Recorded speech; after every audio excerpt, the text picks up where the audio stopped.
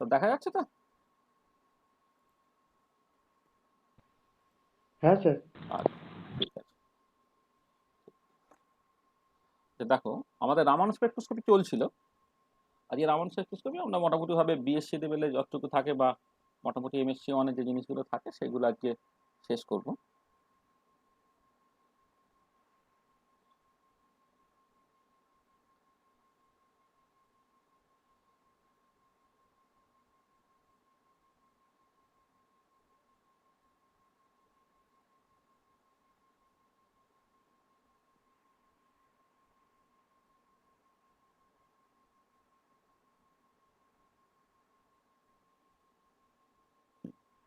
Raman spectroscopy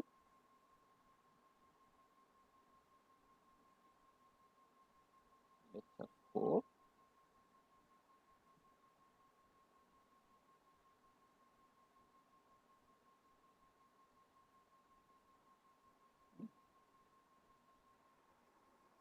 আচ্ছা, আমরা rotational এবং ভাইব্রেশনাল রামনের যে বেসিক প্রিন্সিপালস গুলো সেগুলো আগের দিন আলোচনা করেছি।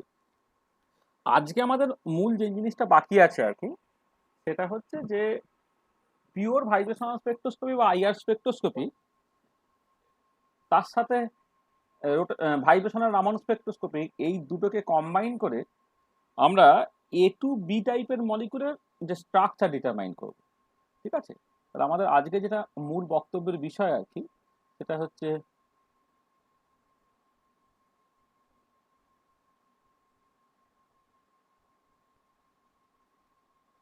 Structure determination of A two B type molecule. এইটা হচ্ছে আজকে আমাদের বক্তব্যের বিষয়। আচ্ছা, তার আগে আমি কিছু বেসিক কথাবার্তা বলে নিতে চাইছি আর কি, যে ইনফরমেশন গুলো আমার অবশ্যই লাগবে কোনো একটা স্ট্রাকচার ডিটারমিনেশনের জন্য। তারপর আমি কতগুলো এক্সাম্পল দেবো। আচ্ছা, প্রথমেই যে জিনিসটা বলি সেটা হচ্ছে যে এই A two B type molecule, দেখো মানে রোটেশনাল যে Raman spectroscopy, rotational Raman spectroscopy করে আমরা কি করতে পারি আমি জাস্ট বলেছিলাম। রোটেশনাল রামন স্পেকট্রোস্কোপিতে ধরো সকল নন পোলার মলিকুল ছাড়া, যেমন হোমোনিউক্লিয়েট ডায়াটমিক মলিকুল, যারা পিওর রোটেশনাল স্পেকট্রোস্কোপি বা মাইক্রোস্পেকট্রোস্কোপিতে রেসপন্স করে না, তাদের ইকুইলিব্রিয়াম বন্ড লেন্থ আমি রোটেশনাল রামন স্পেকট্রোস্কোপি করে করতে পারি। এই রোটেশনাল রামন স্পেকট্রোস্কোপিতে কিন্তু তোমার এই স্ট্রাকচার ডিটারমিনেশনে কোনো রোল নেই। কিন্তু দেখবো যে রোটেশনাল ভাইব্রেশনাল স্পেকট্রোস্কোপি, যেটা অর্থাৎ ভাইব্রেশনের সাথে রোটেশন যেখানে একসাথে আছে, একে রোটেশনাল ভাইব্রেশনাল স্পেকট্রোস্কোপি, তার ইনফরমেশন গুলো কিন্তু আমার স্ট্রাকচার ডিটারমিনেশনে হেল্প করতে পারে। সেখানে এখানে যখন আমি আইআর স্পেকট্রোস্কোপি এবং রামন স্পেকট্রোস্কোপি তাদের কম্বিনেশন করে স্ট্রাকচার ডিটারমাইন করতে চাইবো ফর এ টু বি টাইপের মলিকুল, সেখানে একটা জিনিস তুমি মাথায় রাখছো যে এখানে রামন মানে কিন্তু আমি ভাইব্রেশনাল রামনের কথাই বলছি। আর ওখানে আইআর স্পেকট্রোস্কোপি মানে অবশ্যই আইআর স্পেকট্রোস্কোপিতে অর্থাৎ ভাইব্রেশনাল স্পেকট্রোস্কোপি রোটেশনের যে ইনফরমেশনটা, সেখান থেকে যে পি কিউ আর ইত্যাদি ব্রাঞ্চগুলো দেখতে পাওয়া যায় আর কি, সেটাকে একসাথে নিয়েই কথাবার্তা বলা হচ্ছে আর কি। ঠিক আছে? আচ্ছা, তার আগে আমি জাস্ট একটুখানি বলি, যেটা হচ্ছে যে যখন তুমি কোনো একটা মলিকুল কনসিডার করো, তার তো বিভিন্ন ভাইব্রেশনাল ডিগ্রিজ অফ ফ্রিডম আছে। আগের দিন যেমন কার্বন ডাইঅক্সাইডকে এক্সাম্পল হিসেবে ধরে তার যে 4টে ভাইব্রেশনাল ডিগ্রিজ অফ ফ্রিডম আছে, 4টে ভাইব্রেশনাল ডিগ্রিজ অফ ফ্রিডম, একটা ছিল সিমেট্রিক স্ট্রেচিং, একটা অ্যাসিমেট্রিক স্ট্রেচিং, আর দুটো সিমেট্রিক বেন্ডিং ছিল যারা ডিজেনারেট ছিল আর কি, সেইটা নিয়ে আলোচনা করেছিলাম। তাহলে সেই যে বিভিন্ন ভাইব্রেশনাল ডিগ্রিজ অফ ফ্রিডম ইত্যাদিগুলো আছে আর কি, সেইগুলোর কিছু কিছু সিম্বল বা সাইন ইত্যাদি তাদের জন্য ইউজ করা হয়, সেইগুলো নিয়ে প্রথমে একটুখানি আলোচনা করে নিতে চাইছি। আচ্ছা, এমনিতে একটা জিনিস তোমরা জানো যে যদি একটা এন অ্যাটমিক মলিকুল হয়, কোন একটা মলিকুলে যদি অ্যাটমের সংখ্যা এনটা হয়, for N atomic molecule, total degrees of freedom, আচ্ছা আমি কিন্তু এখানে সবটাই কেমিস্ট্রির কনভেনশনে কথাবার্তা বলবো, হ্যাঁ। মানে ফিজিক্সের কনভেনশনে কিন্তু এই এন অ্যাটমিক মলিকুলের ক্ষেত্রে যে থিয়েনটা টোটাল ডিগ্রিজ অফ ফ্রিডম থাকে সেইগুলো কিন্তু ঠিক না। কারণ ওই ক্ষেত্রে আমরা সকল কেমিস্ট্রির কনভেনশনে একটা ভাইব্রেশনাল ডিগ্রিজ অফ ফ্রিডম, ফিজিক্সের কনভেনশনে কিন্তু দুটো। তাহলে আমরা যা কথা বলছি সবটা সবটা হচ্ছে কেমিস্ট কনভেনশনে। তাহলে টোটাল ডিগ্রিজ অফ ফ্রিডম হচ্ছে তোমার Cn, ঠিক আছে এটা। আচ্ছা, এবারে এই যে Cn ডিগ্রিজ অফ ফ্রিডম, তার মধ্যে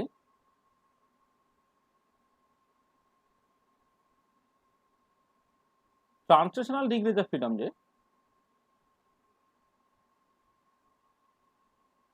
ফ্রিডম এফ ট্রান্সলেশনাল, সেটা সবসময়ই হচ্ছে তিনটে, সেটা অ্যাটম হোক, মানে ইররেসপেক্টিভ অফ অ্যাটমিসিটি, সেটা মনোঅ্যাটমিক, ডায়াটমিক, টাইঅ্যাটমিক যাই হোক না কেন, ট্রান্সলেশনাল ডিগ্রিজ অফ ফ্রিডম কিন্তু সবসময়ই হচ্ছে তোমার তিনটে হয়ে যায়। আচ্ছা, এবার রোটেশনাল ডিগ্রিজ অফ ফ্রিডম, সেটা হচ্ছে তিনটেও হতে পারে, দুটোও হতে পারে, নির্ভর করবে মলিকুলটা যদি নন লিনিয়ার হয় তাহলে তার রোটেশনাল ডিগ্রিজ অফ ফ্রিডম তিনটে, আর মলিকুলটা যদি লিনিয়ার হয় তাহলে তার রোটেশনাল ডিগ্রিজ অফ ফ্রিডম হচ্ছে দুটো, আর বাকিগুলো হচ্ছে vibrational degrees of freedom.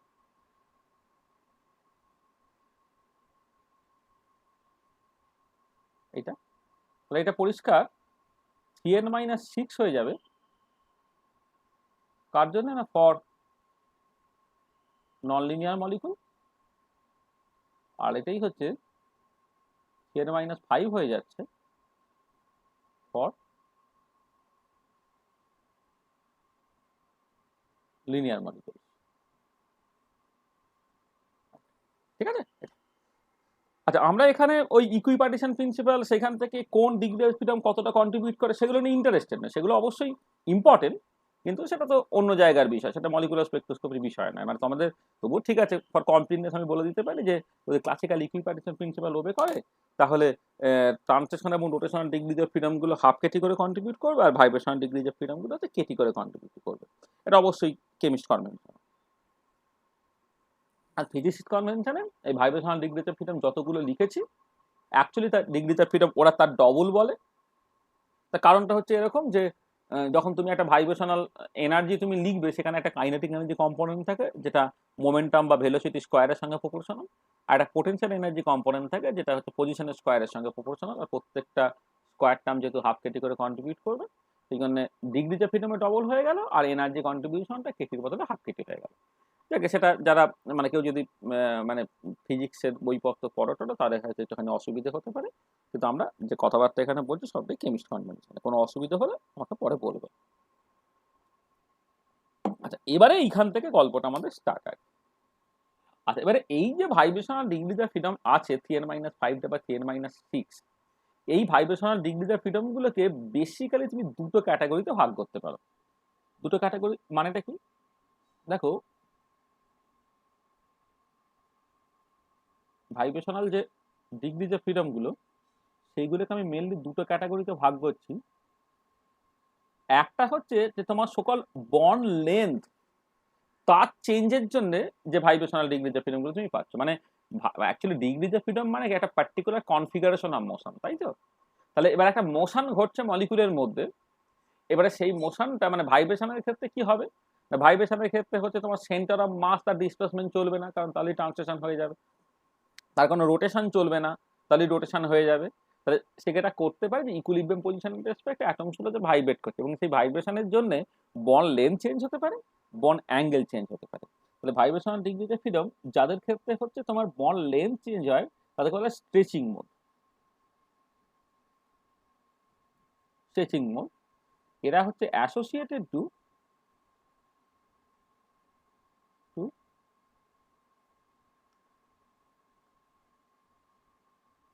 Periodic change of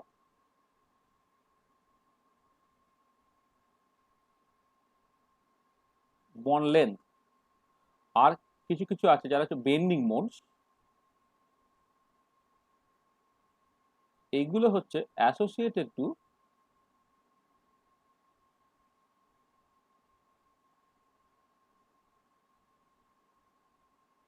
periodic change of bond angles. তাহলে বন্ড লেন্থের পিরিয়ডিক চেঞ্জের জন্য তুমি স্ট্রেচিং মোডস পাবে, আর বন্ড অ্যাঙ্গেলের পিরিয়ডিক চেঞ্জের জন্য তুমি বেন্ডিং মোড পাবে। যেমন ধর আমি আজ ফর এক্সাম্পল বলছি, কার্বন ডাইঅক্সাইডকে যখন তুমি এক্সাম্পল হিসেবে ধরেছিলে আর কি, কার্বন ডাইঅক্সাইডকে আমি জাস্ট একটা এক্সাম্পল বলছি, এই কার্বন ডাইঅক্সাইডের ক্ষেত্রে এইটা যে ধরো সিমেট্রি স্ট্রেচিং এর ক্ষেত্রে এই বন্ডটাও বড় হচ্ছে, এই বন্ডটাও বড় হচ্ছে, এই যে ভাইব্রেশনটা হচ্ছে। আবার উল্টো দিকে হতে পারে, এইটা যখন ছোট হচ্ছে এটাও তোমার ছোট হচ্ছে, এইটা। আবার উল্টো দিকে যখন আমি কারণ এখানে বেন্ডিং মোডের কথা বলছি, এই বন্ডটা যখন উপরে উঠছে, এইটা উপরে উঠছে, এটা তখন নিচে নামছে, তখন এই যে বন অ্যাঙ্গেলটা, এই বন অ্যাঙ্গেলটা, সেই বন অ্যাঙ্গেলটা কিন্তু দেখো চেঞ্জ হচ্ছে, বা উল্টো দিকের বন অ্যাঙ্গেলটা চেঞ্জ হচ্ছে। তাহলে এইটা হচ্ছে তোমার স্ট্রেচিং মোডের মধ্যে পড়ছে, এটা হচ্ছে বেন্ডিং মোডের মধ্যে পড়ছে। ঠিক আছে? তাহলে স্ট্রেচিং মোডের ক্ষেত্রে বন লেন্থের পিরিয়ডিক চেঞ্জ হবে, আর বেন্ডিং মোডের ক্ষেত্রে হচ্ছে বন অ্যাঙ্গেলের পিরিয়ডিক চেঞ্জ হবে। ঠিক আছে? আচ্ছা, এবারে একটা এনঅ্যাটমিক মলিকুলের ক্ষেত্রে স্ট্রেচিং মোডের সংখ্যা কত?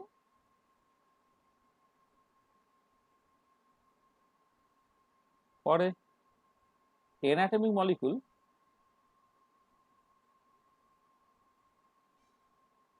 total number of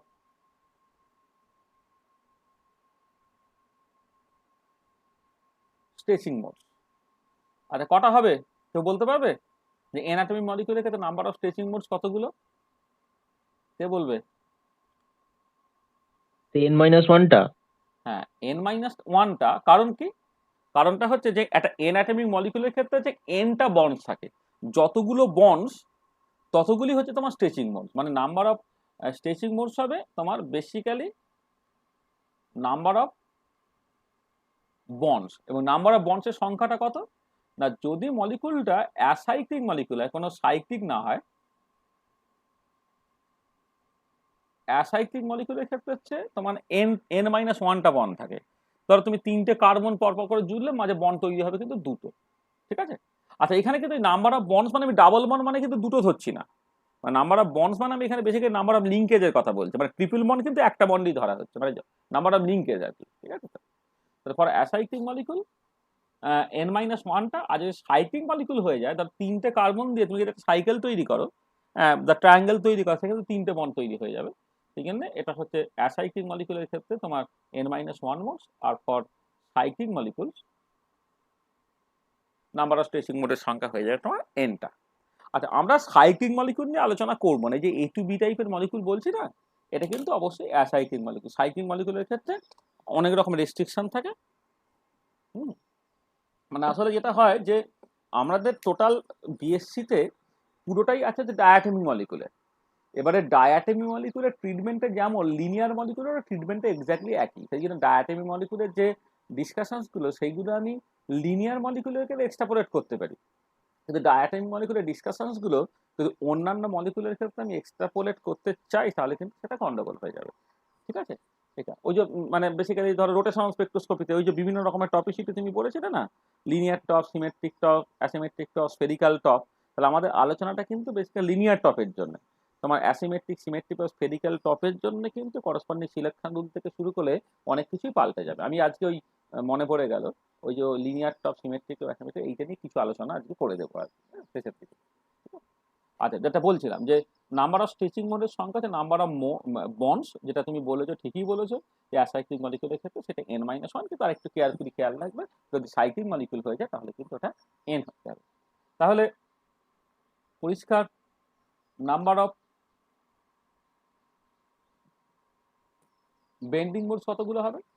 আচ্ছা, নাম্বার অফ বেন্ডিং মোডস অবশ্যই হচ্ছে তোমার এই এই টোটাল যে ধরো আমি যদি ভাইব্রেশনাল মোডের থেকে এই স্ট্রেচিং মোডটাকে বাদ দিয়ে দিলেই দাঁড়িয়ে যাবে। ধরো তুমি যদি নন লিনিয়ার মলিকুল কনসিডার করতে, এইটা মাইনাস, আমি পুরোটাই অ্যাসাইক্লিক মলিকুলের ক্ষেত্রে বলছি, তাহলে পুরোটাই করছি for acyclic molecule. For acyclic molecule number of bending modes এইটা, এটা CN minus six total vibrational degree of freedom minus N minus one. অবশ্যই এটা ফর নন লিনিয়ার মলিকুল, সেই সংখ্যাটা হয়ে যাচ্ছে কত, 2n মাইনাস 5, এইটা। আর এটাই হচ্ছে তোমার উল্টো দিকে যদি মানে অর লিখছি, অর এটা হচ্ছে 3n minus, sorry,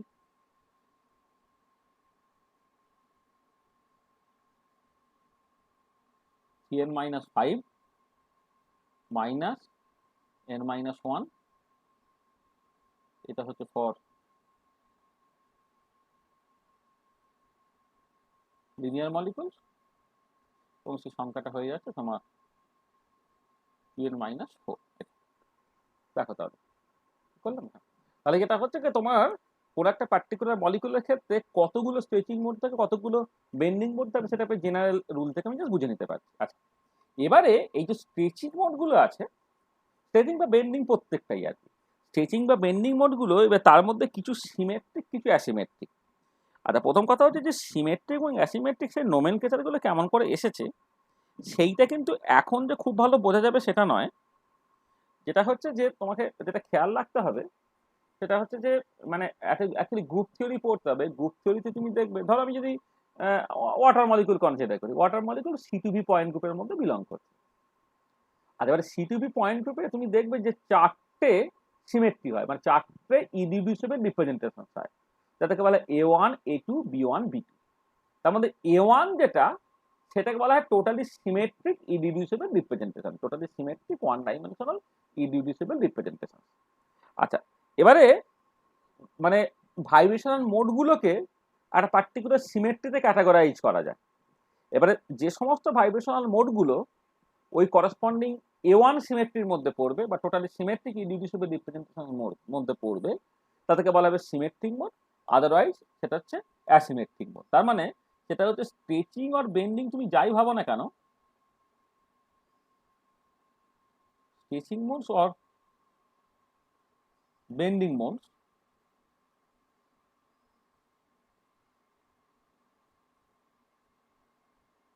bending mode, এদেরকে তুমি দুটো ক্যাটাগরিতে ভাগ করতে পারছো। কেউ কেউ সিমেট্রিক, সিমেট্রিক মোড, আর কেউ কেউ হচ্ছে অ্যাসিমেট্রিক মোড, অ্যাসিমেট্রিক মোড। আর এবারে কথা হচ্ছে সিমেট্রিক অ্যাসিমেট্রিক নোমেনক্লেচারটা কেমন হয়েছে, কেমন করে এসেছে। সেটা হচ্ছে যে মানে আমি জাস্ট এটাকে জাস্ট সামারাইজ করে লিখে দিচ্ছি, কিন্তু এটা বললাম গ্রুপ থ্রি যতক্ষণ না হচ্ছে তোমার বুঝতে একটু অসুবিধা হবে। আমরা গ্রুপ থ্রি খুব তাড়াতাড়ি শুরু করব, মানে আমি ওই এটা আসলে এই বিএসসি ছেলেদের পরীক্ষা বলে তোমাদের মতো করে এটা লিখে নেবে বলতে হচ্ছে। এবারে এমএসসি ছেলেদের এবং নেট যারা দেবে তাদের জন্য আমাকে ইমিডিয়েটলি কিছু কিছু জিনিসপত্র যেগুলো বাকি আছে সেগুলো করতে হবে, তার জন্য আমি একটুখানি ওদের সাথে ভালো করে আলোচনা করে নেব, যে কতটা তাদের হয়েছে, কতটা বাকি আছে, সেই মতো করে একটা রেগুলার টাইম দিয়ে আমাদের শুরু করতে হবে আর কি। যাকে যেটা কথা হচ্ছে যে তুমি, আমি জাস্ট বলছি আর কি, গ্রুপ থিওরি সেখানে দেখবে তুমি জাস্ট মানে গ্রুপ থিওরি মানে এখানে সিমেট্রিক গ্রুপ বা পয়েন্ট গ্রুপ নিয়ে আমি কথাবার্তা বলছি আর কি। গ্রুপ থিওরিতে তুমি একটা ক্যারেক্টার টেবিল বলে একটা জিনিস তুমি দেখতে পাও, ক্যারেক্টার টেবিল। আর ক্যারেক্টার টেবিল হচ্ছে একটা তোমার বক্সের মতো দেখতে আর কি। তার মোটামুটি ভাবে হচ্ছে চারটে কালাম থাকে, আর যতগুলো ইরিডিউসিবল রিপ্রেজেন্টেশন ততগুলো রো থাকে আর কি ক্যারেক্টার টেবিল। ক্যারেক্টার টেবিল থেকে তুমি জাস্ট এই সিমেট্রি অফ এ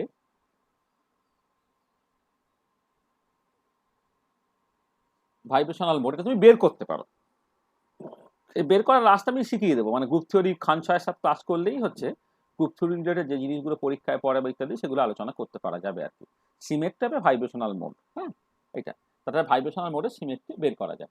এবারে যেটা কথা হচ্ছে যে যদি এমন হয় যে ইফ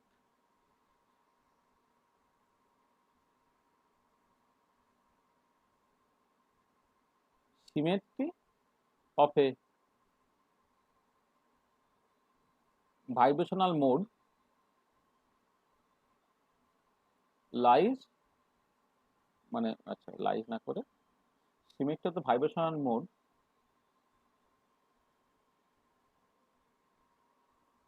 is বা belongs to, লিখে না ল্যাঙ্গুয়েজটা ঠিক করি,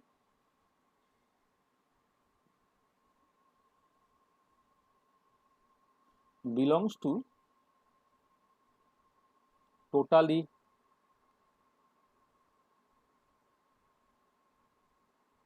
symmetric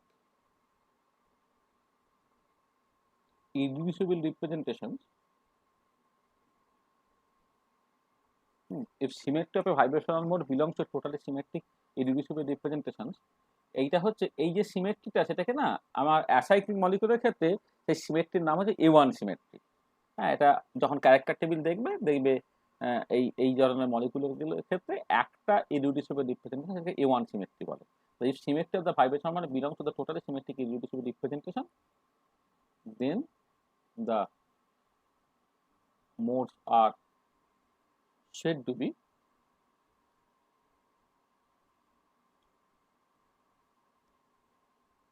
symmetric mode. Otherwise, they are called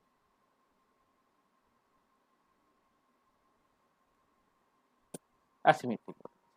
ঠিক আছে, আচ্ছা আমি তোমাকে একটা এক্সাম্পল হিসেবে দেখাতে চাইছি। ধর H2O হচ্ছে C2V পয়েন্ট গ্রুপের মধ্যে বিলং করে। ঠিক আছে, আচ্ছা C2V পয়েন্ট গ্রুপ তার যে করসপন্ডিং ক্যারেক্টার টেবিলটা আমি একটুখানি জাস্ট দেখাচ্ছি আর কি, একটুখানি পার্শিয়ালি দেখাচ্ছি আর কি। আচ্ছা, তার ক্ষেত্রে তোমার টোটাল 4টে সিমেট্রি হয়। একটা পার্শিয়াল ক্যারেক্টার টেবিল আমি জাস্ট তোমাকে দেখাচ্ছি। এইটা হচ্ছে A1 সিমেট্রি, এটা A2 সিমেট্রি, এটা B1 সিমেট্রি, এটা B2 সিমেট্রি।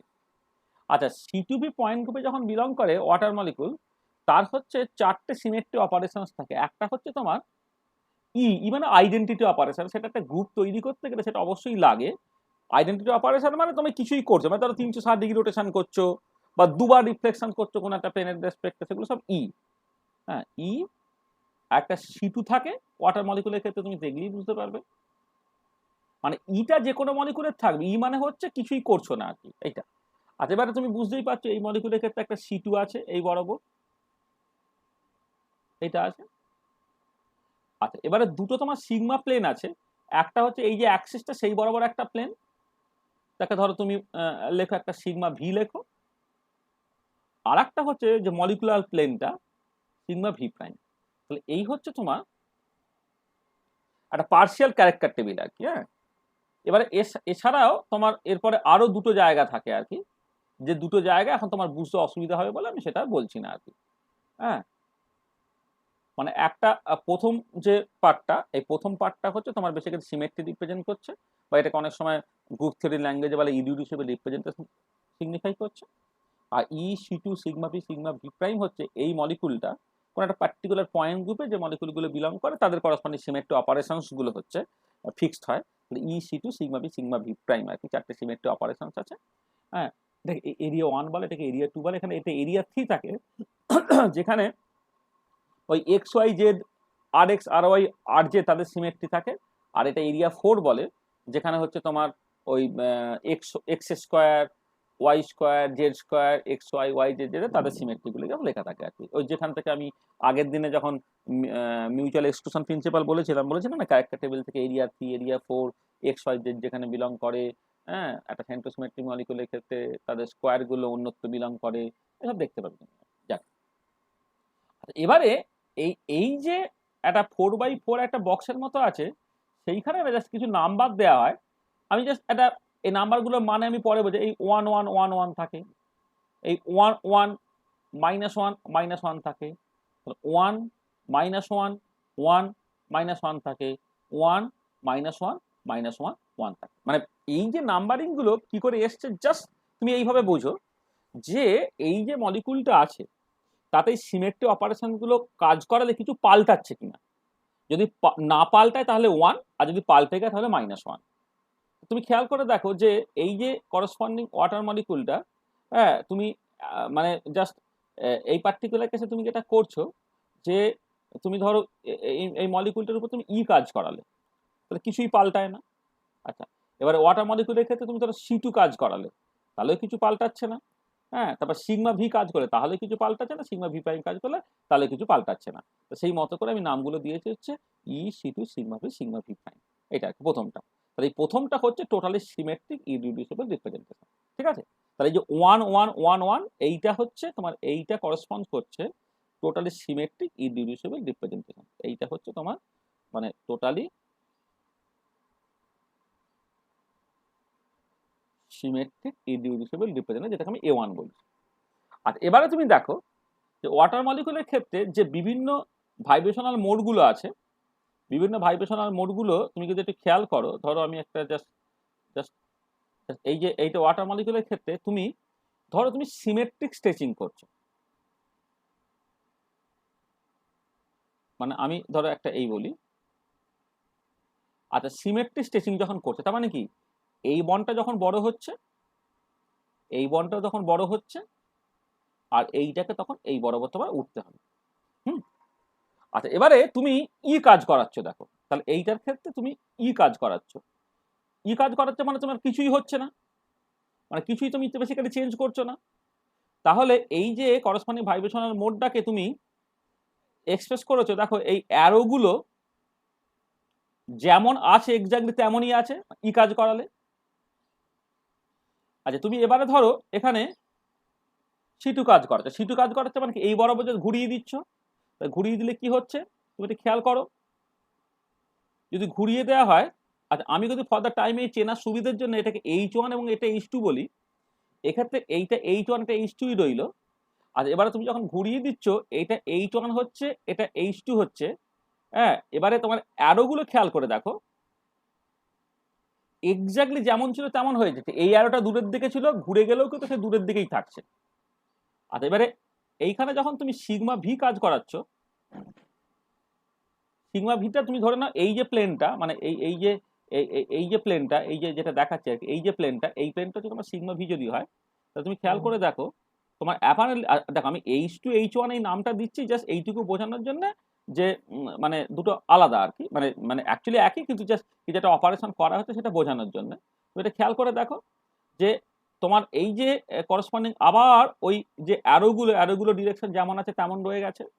আবার এই পার্টিকুলার কেসে দেখো তুমি যখন এইটাকে করছো মানে সিগমা ভি প্রাইম যখন করছো, সেটা বেসিক্যালি মলিকুলার প্লেনটা যখন কাজ করাচ্ছ তখন কি হচ্ছে তোমার কিছুই পাল্টাচ্ছে না, এইটা H1 এটা H2 যেমন ছিল রয়ে গেছে, এইটা ই হয়েছে, এইটা ই হয়েছে, এটা হয়েছে, মানে অ্যারোগুলোর দেখো কিচ্ছু পাল্টাচ্ছে না। তাহলে এই যে মোডটা, সেই মোডটাকে ই কাজ করালে কিছু পাল্টায় না, সি2 কাজ করালেও কিছু পাল্টায় না, সিগমা ভি কাজ করালেও কিছু পাল্টায় না, সিগমা ভি প্রাইম কাজ করালেও কিছু পাল্টায় না। যে কিছু পাল্টালো না এর মানে হচ্ছে তোমার করসপন্ডিং যে এগুলো করে ক্যারেক্টার, এই ক্যারেক্টারগুলো 1 1 1 1, অর্থাৎ এইটা হচ্ছে তোমার, তাহলে এইটা কিছু পাল্টানো মানে এর ক্যারেক্টার 1, এটাকে কাই বলা হয়, কাইটা হচ্ছে তোমার ক্যারেক্টার, হ্যাঁ। তাহলে যেটা হচ্ছে এর যে ক্যারেক্টার সেটা 1, এর ক্যারেক্টার সেটা 1, এর ক্যারেক্টার সেটা 1, এর ক্যারেক্টার সেটা 1। তার মানে এই যে পার্টিকুলার মোডটা যেটাকে বলছি আমি সিমেট্রিক স্ট্রেচিং, এর করসপন্ডিং সিমেট্রি হলো তোমার A1, ঠিক আছে। তাহলে এর করসপন্ডিং সিমেট্রি হয়ে গেল তোমার A1 সিমেট্রি, ঠিক আছে। তাহলে বুঝতে পারলে যে আমি কিভাবে বললাম যে ওয়াটার মলিকুলের ক্ষেত্রে এই যে সিমেট্রি স্ট্রেচিং মোড যেটা আমি দেখতে অভ্যস্ত সেটা A1 সিমেট্রির মধ্যে বিলং করে। বোঝা গেল এটা? হ্যাঁ স্যার। আচ্ছা তুমি আরেকটা দেখো, ধরো তুমি আরেকটা সিচুয়েশন তুমি বলছো যে ওয়াটার মলিকুল,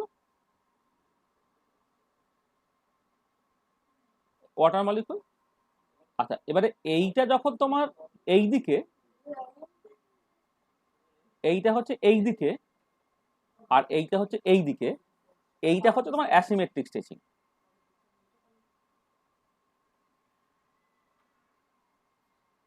মানে কোনো ট্রান্সলেশন তো হওয়া যাবে না, মানে এইটা এদিকে হলে এটাকে একটু এদিকে পাঠাতে হবে আর কি, তবে এ হবে, ঠিক আছে। এইটা অ্যাসিমেট্রিক স্ট্রেচিং। আচ্ছা এবার অ্যাসিমেট্রিক স্ট্রেচিং এ দেখো তুমি এবারে এর উপরে অপারেশন গুলো কাজ করে, তাহলে ই অপারেশন কাজ করাচ্ছ, ই অপারেশন কাজ করালে কি হবে, ই অপারেশন, আচ্ছা এটাকে একটা নাম দিয়ে দিই, এটা H1 এটা H2, তাহলে H এটা H1 এটা H2 থাকবে। এক্ষেত্রে মানে ই মানে তো কিচ্ছু চেঞ্জ করা নয়, তো এটা যেমন আছে এক্স্যাক্টলি তেমন রয়ে গেল এটা। আচ্ছা এবারে যদি তুমি C2 কাজ করাও, তাহলে এই বরাবর তোমার অ্যাক্সিসটা তো কাজ করাতে প্রথমেই একটা জিনিস খেয়াল করো, এটা H এটা H, এটা H2 হয়ে গেল, এটা H1 হয়ে গেল।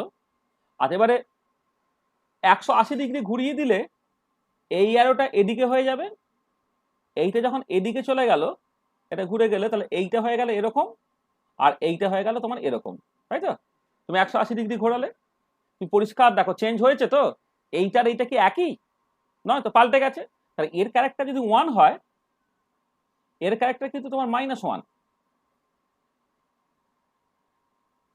তাহলে আগের ক্ষেত্রে দেখো পাল্টাচ্ছিল না, এখন তুমি পরিষ্কার দেখতে পাচ্ছ তো এইটা যেমন দেখতে, এই অ্যারোগুলোর ডিরেকশন কি তাই আছে কি, পাল্টে গেছে, তাই না? আচ্ছা, নেক্সট হচ্ছে যখন তুমি সিগমা ভি করছো,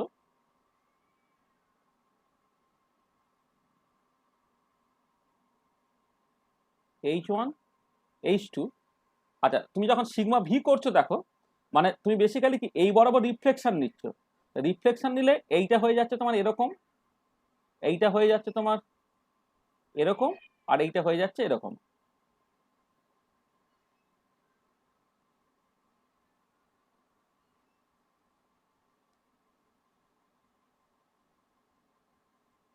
এটা ঠিক আছে, দেখো এটাও কিন্তু পাল্টালো, এটাও পাল্টালো।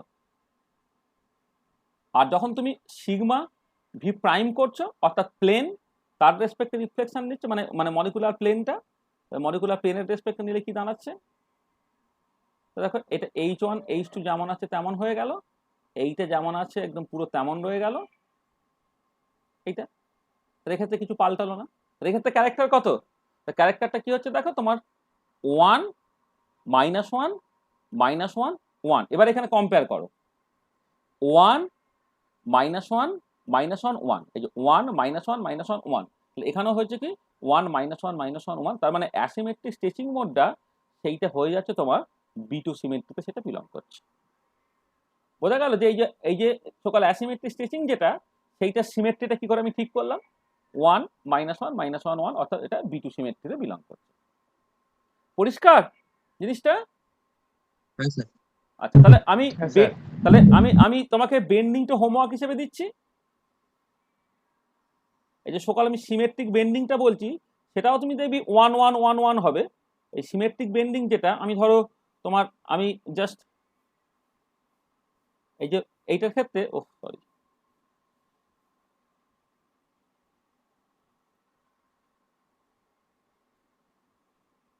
আচ্ছা সেইটাকে তুমি জাস্ট এইরকম করে এক্সপ্রেস করবে, এইটা যখন এই দুটো যখন সরে যাচ্ছে, এইটা তখন তোমার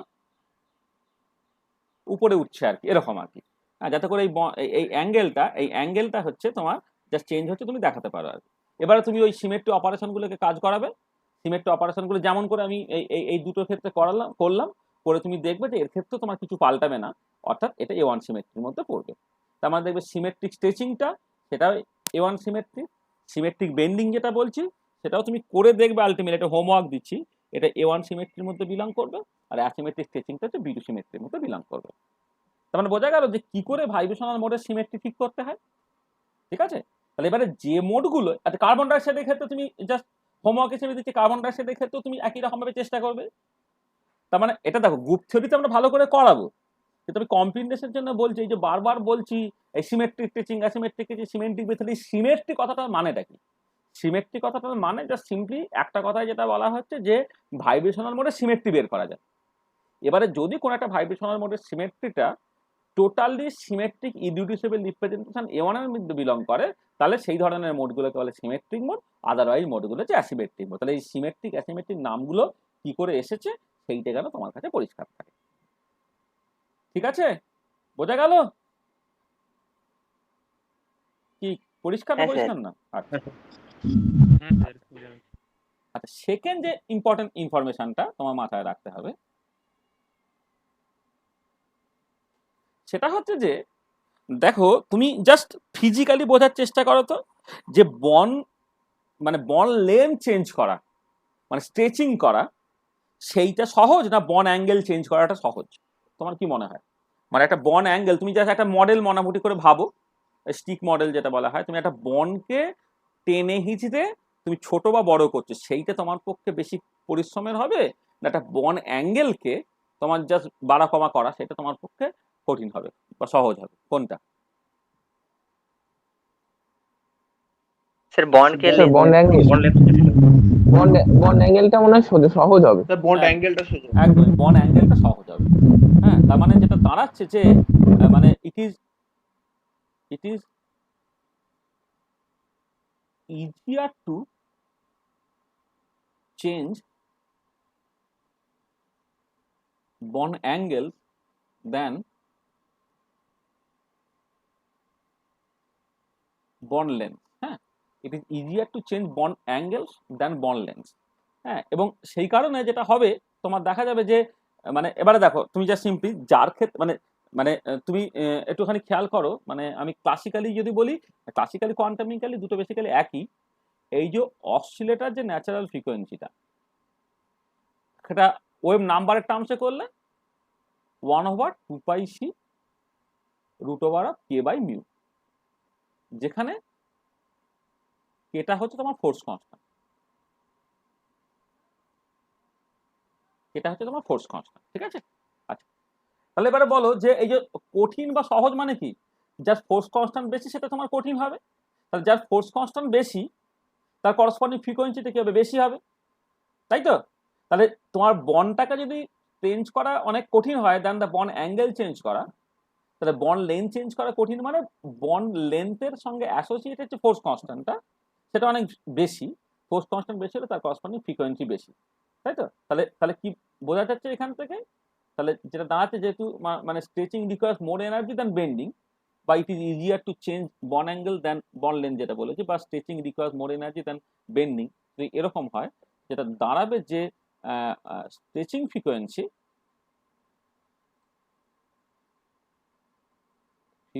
for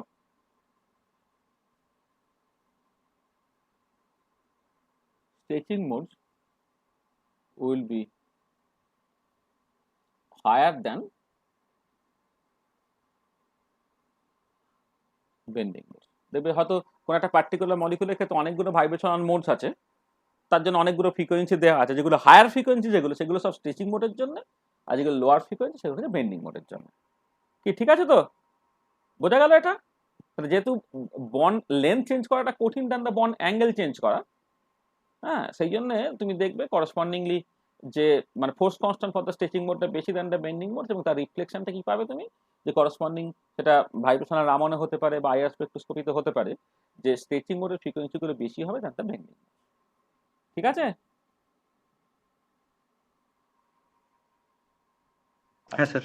আচ্ছা আরেকটা দেখো, যে তুমি যদি জাস্ট কম্পেয়ার করছে যে সিমেট্রিক স্ট্রেচিং আর অ্যাসিমেট্রিক স্ট্রেচিং, মানে তুমি একসাথে দুটো হাত স্ট্রেচ করছো, দুটো হাত কাছে আনছো, আর একটা হাত যখন স্ট্রেচ করছো অন্যটা কাছে আনছো, ডান হাতটা যখন স্ট্রেচ করছো বাঁ হাতটাকে তুমি জাস্ট কন্ট্রাক্ট করছো, আর বাঁ হাতটা যখন স্ট্রেচ করছো ডান হাতটাকে কন্ট্রাক্ট করছো, কোনটা ইজিয়ার হবে তোমার মনে হয়? মানে সিমেট্রিক স্ট্রেচিংটা তোমার ইজিয়ার হবে না অ্যাসিমেট্রিক স্ট্রেচিংটা ইজিয়ার হবে? সিমেট্রি। অবশ্যই। হ্যাঁ, তাহলে যেটা দাঁড়াচ্ছে, আবার যদি তোমাকে মানে স্ট্রেচিং আর বেন্ডিং আমি কম্পেয়ার করে ফেলাম আগের এক্সাম্পলে, এবারে যদি তোমাকে symmetric stretching asymmetric stretching compare করতে হয়, তার ক্ষেত্রে এটা দেখতে পাবে যে symmetric stretching is much easier than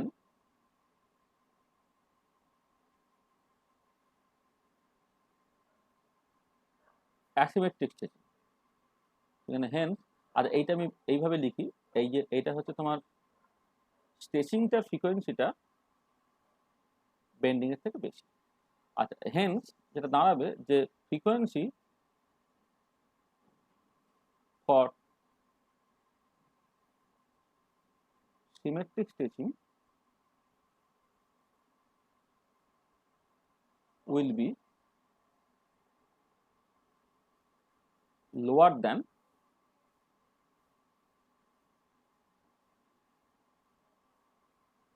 asymmetric stretching। তার মানে এটা দাঁড়াচ্ছে তোমার new bar for the symmetric stretching will be less than new bar for the asymmetric stretching। ঠিক আছে, তার মানে দেখো, মানে তুমি জাস্ট যেটা দেখতে পাচ্ছ যে বেন্ডিং মোডের ফ্রিকোয়েন্সি যেটা সেটা সবচেয়ে কম, তারপর হবে তোমার সিমেট্রিক স্ট্রেচিং, তারপর হবে তোমার অ্যাসিমেট্রিক স্ট্রেচিং। তো এই যে অর্ডারটা, এই অর্ডারটা তোমার জেনারেলি সত্যি। হ্যাঁ, এটা একটুখানি এই অর্ডারটা মোটামুটি হয়তো তুমি মনে রাখবে যে বেন্ডিং এর ফ্রিকোয়েন্সি সবচেয়ে কম হয়, তার থেকে বেশি সিমেট্রিক স্টেশন, তার থেকে বেশি হচ্ছে তোমার অ্যাসিমেট্রিক স্টেশন। আচ্ছা, এবারে কিছু হ্যালো নোমেনক্লেচার। স্যার, হ্যাঁ বলো বলো। বলছি যে মানে ওই যে বেন্ডিংটার ক্ষেত্রে যে মানে যে ফ্রিকোয়েন্সিটা পাচ্ছি হুম। সেটা মানে সবচেয়ে যে কম হচ্ছে, তো মানে কিছু কিছু মলিকিউল তো আছে মানে যাদের হচ্ছে মানে লোন পেয়ার রিপালশন হবে, ফলে যদি অ্যাঙ্গেলটা যদি কমে যায় বা বেড়ে যায় তাহলে তাদের ক্ষেত্রে অসুবিধা হবে তুলনায় না, যেটা লম্বায় হচ্ছে বাড়লে মানে আমি যেগুলো বলছি সবটাই হচ্ছে জেনারেলি যেগুলো সত্যি সেটা বলছি। কিছু স্পেশাল এক্সেপশন তুমি পেতে পারো। ধরো একটা স্ট্রেন এনভায়রনমেন্ট আছে, স্ট্রেন এনভায়রনমেন্টে তো অনেক, ধরো একটা পলিঅ্যাটমিক মলিকুলের ক্ষেত্রে অনেক স্ট্রেচিং বেন্ডিং মোডস আছে। অর্থাৎ দেখা গেল যে কোনো একটা পার্টিকুলার স্ট্রেচিং মানে, এবারে কি হচ্ছে বন্ড, দেখো বন্ড স্ট্রেংথের উপরে তো ফ্রিকোয়েন্সিটা নির্ভর করে। এবারে দেখা যাচ্ছে যে মানে তোমার একটা বন্ড, যে বন্ডটা ফোর্স কনস্ট্যান্ট খুব কম, তার স্ট্রেচিং মোডের ফ্রিকোয়েন্সিটা অন্য কোনো একটা বন্ডের যে বেন্ডিং মোড তার তুলনায় তোমার কম হয়ে যেতে পারে। সেগুলো মানে এক্সেপশনাল কেস। আমি খুব সিম্পল যে ধরনের molecule, carbon dioxide molecule, water molecule, তাদের ক্ষেত্রে হচ্ছে এই অর্ডারটা সত্যি থাকে। এবারে একটা পলিঅ্যাটমিক মলিকুলের ক্ষেত্রে যেখানে অনেকগুলো ডিফারেন্ট বন্ডস আছে, ডিফারেন্ট বন্ড অ্যাঙ্গেলস আছে, একটা কনস্ট্যান্ট এনভায়রনমেন্ট আছে, সেই পার্টিকুলার ক্ষেত্রে কিন্তু এই অর্ডারের চেঞ্জ হতেই পারে। মানে এটা হচ্ছে ইন জেনারেল। হ্যাঁ, মানে এই যেটা আমি বলছি এটা হচ্ছে ইন জেনারেল, অবশ্যই। ঠিক আছে, এটা হচ্ছে ইন জেনারেল, এটা বুঝতে হবে। হ্যাঁ, ঠিক আছে। ঠিক আছে স্যার। আচ্ছা, মানে আমি এ টু বি টাইপের যে মলিকুলগুলো নিয়ে কথাবার্তা বলবো তার ক্ষেত্রে দেবে এই অর্ডারটা সবসময়ই মেনটেন থাকে। হ্যাঁ, এটা তাহলে এইটা একটা জিনিস যেটা তোমার মাথায় রাখা। তাহলে আমি কতগুলো জাস্ট জিনিস বলছি। তাহলে সিমেট্রিক অ্যাসিমেট্রিক নোমেনক্লেচারটা বুঝলাম। এবারে স্ট্রেচিং বেন্ডিং মোড, কার ফ্রিকোয়েন্সি বেশি কম সেইটা সম্বন্ধে একটা মোটামুটি ধারণা পাওয়া গেল। আচ্ছা, এবারে একটা জিনিস বলি যে যখন তুমি নোমেনক্লেচার করবে, আচ্ছা nomenclature of the vibrational modes, এটা যখন তুমি দেখছো তাহলে একটা নোমেনক্লেচার তো অবশ্যই ওই সিমেট্রিক ভার্সেস অ্যাসিমেট্রিক, সেটা আমি বললাম, এটা আমি অলরেডি আলোচনা করেছি যে কিছু মোড। আচ্ছা আচ্ছা, স্ট্রেচিং বেন্ডিং তো আমি অলরেডি বলেইছি। তারপরে হচ্ছে একটা সিমেট্রিক আর একটা অ্যাসিমেট্রিক, সেই নোমেনক্লেচার একটা আমি করেছি। আচ্ছা, আর একটা নোমেনক্লেচার থাকে সেটা হচ্ছে তোমার এই parallel modes versus perpendicular modes. আচ্ছা, প্যারালাল এবং পারপেন্ডিকুলার এইগুলো পার্টিকুলারলি দেখবে যখন তোমার এই আইআর স্পেকট্রোস্কোপি তুমি দেখবে। এই আইআর স্পেকট্রোস্কোপিতে এইটা ভীষণভাবে উল্লেখ করা থাকে যে প্যারালাল মোড, পারপেন্ডিকুলার মোডস, এর বেসিক্যালি মানেটা কি? আচ্ছা, মানেটা হচ্ছে যে তুমি খেয়াল করো যে যখন একটা মলিকুলার ভাইব্রেশন হচ্ছে তখন তোমার আইদার পার্মানেন্ট ডাইপোল মোমেন্ট, বা যদি তার পার্মানেন্ট ডাইপোল মোমেন্ট না থাকে তাহলে ইনডিউস ডাইপোল মোমেন্ট একটা চেঞ্জ হয়। তাহলে এটা কথা হচ্ছে যে ধরো আমি একটা ওয়াটার মলিকুল কনসিডার করছি, এই ওয়াটার মলিকুল আমি কনসিডার করছি। তো ওয়াটার মলিকুলের ক্ষেত্রে তুমি জাস্ট তিনটে মোড আছে। তার ক্ষেত্রে সিমেট্রিক স্ট্রেচিং হতে পারে, অ্যাসিমেট্রিক স্ট্রেচিং হতে পারে, আর সিমেট্রিক বেন্ডিং হতে পারে। ধরো আমি যদি সিমেট্রিক স্ট্রেচিং এর কথা ভাবি, ধরো এই বন্ডগুলো জাস্ট সিম্পলি অনেক বড় বড় বড় বড় হয়ে গেল আর এটা। হ্যাঁ, মানে এটা যেটা ইকুইলিব্রিয়াম জিওমেট্রি ছিল, ইকুইলিব্রিয়াম জিওমেট্রি থেকে বন্ডটা ধরে না ফর দ্য টাইম বেশ বড় হয়ে গেল। আচ্ছা, এই মলিকুলটার একটা ডাইপোল মোমেন্ট ছিল, ডাইপোল মোমেন্টটা কোন দিকে, মানে এই বরাবর কাজ করছিল। ঠিক আছে, এখানে এটা না আমি একটুখানি জায়গা একটু বেশি নিই।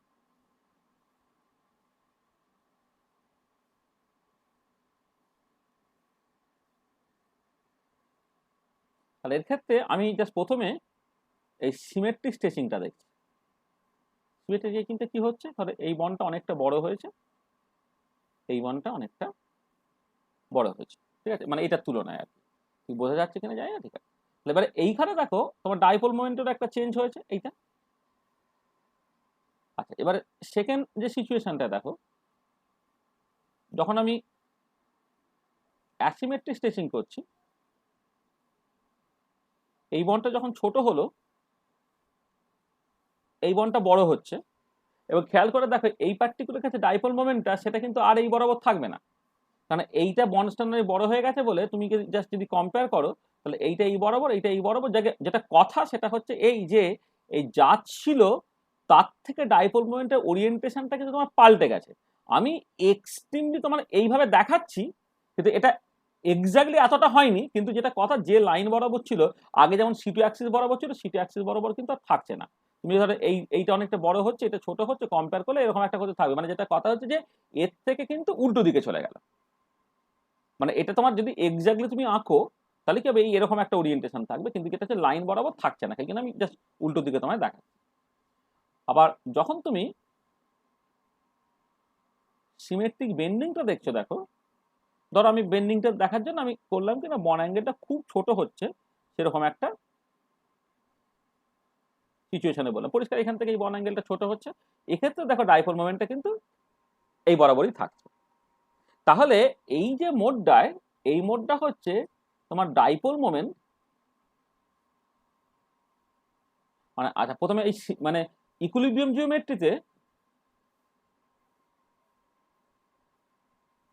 Dipole moment acts along C2, আর এই ক্ষেত্রে dipole moment acts along C2, কিন্তু এইটার ক্ষেত্রে ডাইপোল মোমেন্ট অ্যাক্টস, আমি জাস্ট লিখছি, মানে এটা কিন্তু এক্স্যাক্টলি পারপেন্ডিকুলার নয়, মানে বেসিক্যালি একটা পারপেন্ডিকুলার কম্পোনেন্ট আছে, আমি এইটুকু বলতে পারি। মানে এটা পারপেন্ডিকুলার এক্স্যাক্টলি নয়, কিন্তু এটা একটা পারপেন্ডিকুলার কম্পোনেন্ট আছে। আবার এই পার্টিকুলার কেসে আবার dipole moment acts along C2। তাহলে এই যে সিমেট্রিক স্ট্রেচিং, সিমেট্রিক বেন্ডিং, তাদের ক্ষেত্রে ডাইপোল মোমেন্টটা যেমন C2 বরাবর ছিল, C2 বরাবরই আছে, তার কোনো পারপেন্ডিকুলার কম্পোনেন্ট নেই। কিন্তু অ্যাসিমেট্রিক স্ট্রেচিং এ তুমি দেখতে পাচ্ছ তার একটা পারপেন্ডিকুলার কম্পোনেন্ট চলে আসছে। সেখানে এই যে সিমেট্রিক স্ট্রেচিংটা, এইটাকে বলা হবে তোমার প্যারালাল মোড, এইটাকেও বলা হবে তোমার প্যারালাল মোড, আর এইটাকে বলা হবে তোমার পারপেন্ডিকুলার মোড। তাহলে আর একটা নোমেনক্লেচার, তুমি স্পেকট্রোস্কোপি যখন দেখবে, তোমাকে একটা ডেটা দেবে বা চার্ট দেবে, তুমি দেখতে পাবে যে কিছু কিছু মোডকে বলা হচ্ছে প্যারালাল মোড, কিছু কিছু মোডকে বলা হচ্ছে পারপেন্ডিকুলার মোড। তাহলে দেখো, মানে গ্রুপ থিওরি জানলে ওই একটা নোমেনক্লেচার দেখবে তোমার ওই কোন একটা পার্টিকুলার মোড সাফিক্স হিসেবে ভাইব্রেশনাল সিম্বলটা দিয়ে দিয়েছে। যেমন ওয়াটার মলিকুলের ক্ষেত্রে ওই যে সিমেট্রিক স্ট্রেচিং যা সিম্পলি A1 বলে দেবে, হ্যাঁ, অ্যাসিমেট্রিক স্ট্রেচিং এর ক্ষেত্রে বা তোমার ওই যে সিমেট্রিক স্ট্রেচিং, সিমেট্রিক বেন্ডিং এর ক্ষেত্রে A1 বলে দেবে, আর ওর ক্ষেত্রে হচ্ছে তোমার B2 বলে দেবে। আবার কখনো কখনো দেখবে প্যারালাল পারপেন্ডিকুলার লেখা আছে। তাহলে প্যারালালের মানে কি, পারপেন্ডিকুলারের মানে কি, এটা পরিষ্কার? ঠিক আছে, প্যারালালের মানে, পারপেন্ডিকুলারের মানে পরিষ্কার তো? ঠিক আছে তো? তার মানে একই দিকে মোটামুটি যদি অ্যালাইনড হয় তাহলে সেটাই প্যারালাল, তাই তো? মানে দুটো অ্যারেঞ্জমেন্টের যদি একই দিকে অ্যালাইনমেন্ট হয়, একই দিকে অ্যালাইনমেন্ট মানে যেটা হচ্ছে, ধরো ডাইপোল মোমেন্টের যে লাইন বরাবর কাজ করে চলে এসেছে C2 বরাবর, এবারে করেসপন্ডিং ভাইব্রেশনাল মোডটা হওয়ার বরাবর সেটাই আসে কিনা, সেটাই যদি থাকে তাহলে সেটা প্যারালাল মোড, আর যদি তার কোনো একটা পারপেন্ডিকুলার কম্পোনেন্ট চলে আসে তাহলে সেটা পারপেন্ডিকুলার মোড। ঠিক আছে? ঠিক। আচ্ছা, এবারে স্পেকট্রোস্কোপিতে এই যে বিভিন্ন ভাইব্রেশনাল মোডগুলো আছে তাদের কিছু নোমেনক্লেচার করা হয়, দেখবে নিউ1, নিউ2, নিউ3 এরকম ভাবে করা হয়। মানে দেখবে তখন একটা মানে IR বা রামন স্পেকট্রা তুমি দেখবে, সেখানে না ফ্রিকোয়েন্সি গুলোকে জাস্ট নিউ1, নিউ2, নিউ3, নিউ4 এরকম নাম দেওয়া হয় আর কি। তাহলে যেটা হচ্ছে যে তোমার সাফিক্স ইউজ করা হয় আর কি, মানে নিউ1, নিউ2, নিউ3, এই 1, 2, 3 গুলো তোমার হচ্ছে সাফিক্স আর কি। তাহলে যেটা হচ্ছে যে প্রথমে হচ্ছে সিমেট্রিক মোডস, যারা symmetric vibrational modes are numbered first, followed by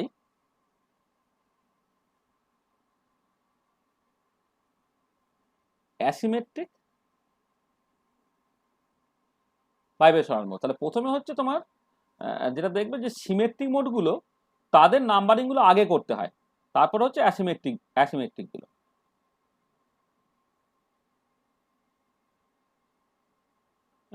তারপর হচ্ছে তোমার অ্যাসিমেট্রিক গুলো। তাহলে সিমেট্রিক ভাইব্রেশনাল মোডস গুলোকে প্রথমে নাম্বারিং আগে করতে হবে, তারপর হচ্ছে অ্যাসিমেট্রিক ভাইব্রেশনাল মোডগুলো। মানে ধরো এই যে যদি কার্বন ডাইঅক্সাইড বা ওয়াটার মলিকিউল বলো, তাহলে সিমেট্রিক স্ট্রেচিং বা সিমেট্রিক বেন্ডিং গুলো আগে নাম্বারিং হয়ে যাবে, অ্যাসিমেট্রিক স্ট্রেচিংটা হচ্ছে শেষে নাম্বারিং হবে। আচ্ছা, এবারে যেটা হতে পারে যে ধরো কার্বন ডাইঅক্সাইড বা ওয়াটার মলিকিউলের ক্ষেত্রে স্ট্রেচিংটাও সিমেট্রিক আর বেন্ডিং আছে একটা সিমেট্রিক, তাহলে যদি দুজন সিমেট্রিক হয় বা দুয়ের বেশি সিমেট্রিক হয়, তাদের আবার নোমেনক্লেচারটা হচ্ছে যার ফ্রিকোয়েন্সিটা বেশি সেটা আগে নাম্বারিং করতে হবে। তাহলে উইদিন এ পার্টিকুলার সিমেট্রি, তাহলে যদি সিমেট্রিক মোড হয়,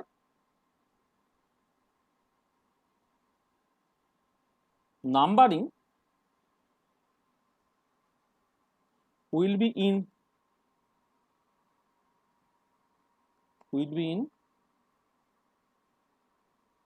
decreasing order of বা descending order of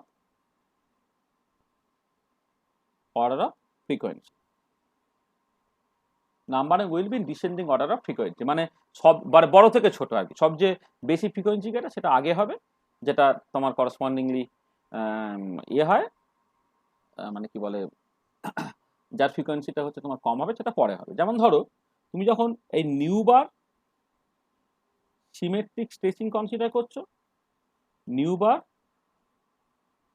asymmetric stretching consider করছো, নিউ বার সিমেট্রিক বেন্ডিং করছো। এবার আমি অলরেডি দেখিয়েছি যে কার ফ্রিকোয়েন্সি বেশি কার ফ্রিকোয়েন্সি কম। আচ্ছা, প্রথম কথা সিমেট্রিক মোডগুলো আগে হবে, তাহলে এইটা আর এইটা আগে নাম্বারিং হবে, এটা শেষে নাম্বারিং হবে। তেমন এইটা করসপন্ডিং দেখবে সাফিক্স হিসেবে লেখা থাকবে নিউ 3, এইটা হচ্ছে সাফিক্স হিসেবে লেখা থাকবে দেখবে নিউ 1, আর এইটা দেবে সাফিক্স হিসেবে লেখা থাকবে হচ্ছে নিউ 2। তাহলে কোনটা 1 কোনটা 2 কোনটা 3 সেটা ঠিক হবে হচ্ছে সিমেট্রিক মোডগুলোকে তোমাকে আগে নাম্বারিং করতে হবে, তারপরে অ্যাসিমেট্রিক গুলো। আবার সিমেট্রিকের মধ্যে যেমন এখানে সিমেট্রিক স্ট্রেচিং আছে আর তোমার সিমেট্রিক বেন্ডিং আছে, তাদের নাম্বারিং এর ক্ষেত্রে হচ্ছে যার ফ্রিকোয়েন্সিটা বেশি সেটা আগে নাম্বারিং হবে, যার ফ্রিকোয়েন্সিটা কম সেটা হচ্ছে পরে নাম্বারিং হবে। ঠিক আছে, মনে থাকবে এটা? হ্যাঁ স্যার। ঠিক আছে, আচ্ছা এইটা একটা জিনিস। আচ্ছা আচ্ছা, এবারে আরো কতগুলো ইম্পর্টেন্ট ইনফরমেশন দেখো। তাহলে একটা ইম্পর্টেন্ট ইনফরমেশন হচ্ছে যে আমি তোমার মিউচুয়াল এক্সক্লুশন প্রিন্সিপাল, এইটা কিন্তু আমরা আগের দিন বলেছি, সেটা আমি আরেকবার এখানে রিস্টেট করছি। সেটা হচ্ছে যদি মলিকুলটা সেন্ট্রোসিমেট্রিক হয়, পরে সেন্ট্রোসিমেট্রিক মলিকুল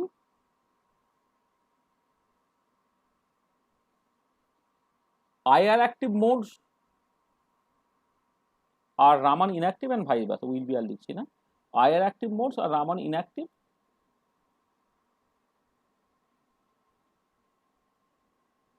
আর IR অ্যাক্টিভ মোডস আর রামান ইনঅ্যাক্টিভ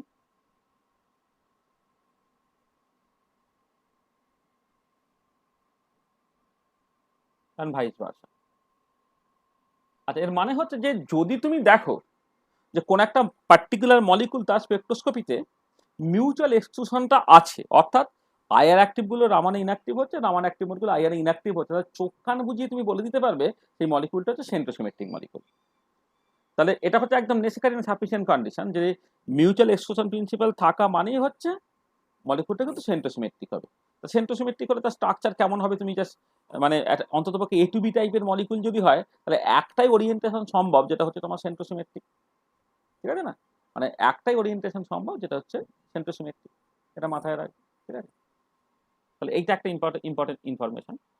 আচ্ছা, আর একটা ভীষণ ইম্পর্টেন্ট ইনফরমেশন যেটা হচ্ছে তোমার মানে রোটেশনাল ভাইব্রেশনাল স্পেকট্রোস্কোপিতে তুমি পাবে, সেটা হচ্ছে এই যে যদি এমন হয় যে if at least one of the vibrational mode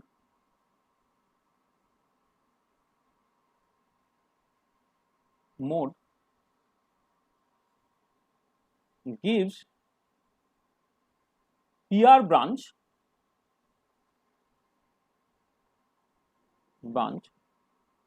not PQR branch, then the molecule must be linear. আচ্ছা, এর মানেটা কি? আসলে যখন রোটেশনাল ভাইব্রেশনাল স্পেকট্রোস্কোপি তুমি দেখবে, তখন যেটা দেখবে সেটা হচ্ছে এই যে যদি during a particular mode of vibrations লিনিয়ারিটিটা প্রিজার্ভ থাকে। তাহলে একটা লিনিয়ার মলিকুল এবং একটা পার্টিকুলার মোড অফ ভাইব্রেশনের সময় যদি লিনিয়ারিটিটা প্রিজার্ভ থাকে, তাহলে না কিউ ব্রাঞ্চ, যেটাকে ব্যান্ড অরিজিন বলা হয়, সেটা অ্যাবসেন্ট থাকে। আর যদি লিনিয়ারিটিটা রেস্টার্ট হয়ে যায়, তাহলে হচ্ছে তোমার কিউটা তুমি পাবে। মানে এটা তোমার রোটেশনাল ভাইব্রেশন স্পেকট্রোস্কোপি একদিন দুদিনের মধ্যে পড়াবে, না হলে আমি পরের দিন পড়িয়ে দেবো।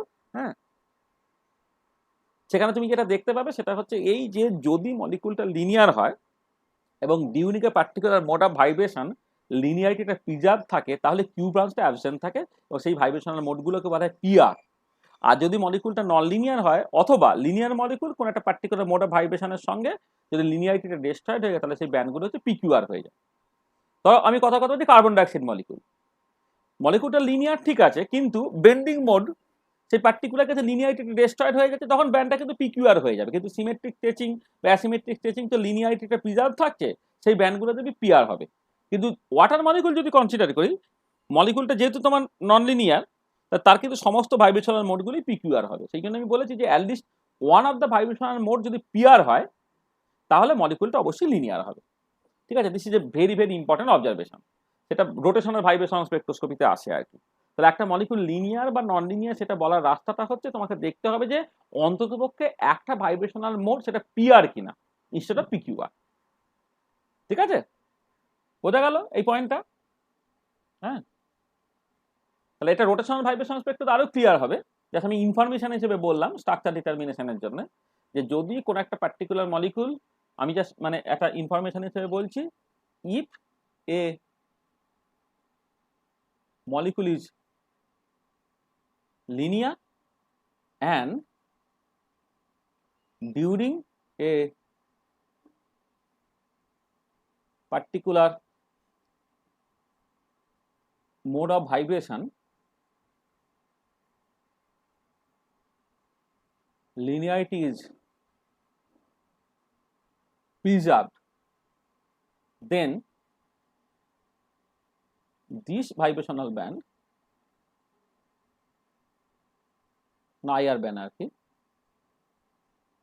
must be PR, otherwise it will be PQR। তার মানে এখান থেকে পরিষ্কার এই যে অবজারভেশনটা, এটা তোমার রোটেশনাল ভাইব্রেশন স্পেকট্রোস্কোপির অবজারভেশন আর কি। সেইখান থেকে তুমি পরিষ্কার বলে দিতে পারছো যে যদি অ্যাটলিস্ট একটা ব্যান্ড হচ্ছে পিআর হয়, তাহলে মলিকুলটা তোমার লিনিয়ার। ঠিক আছে, পরিষ্কার?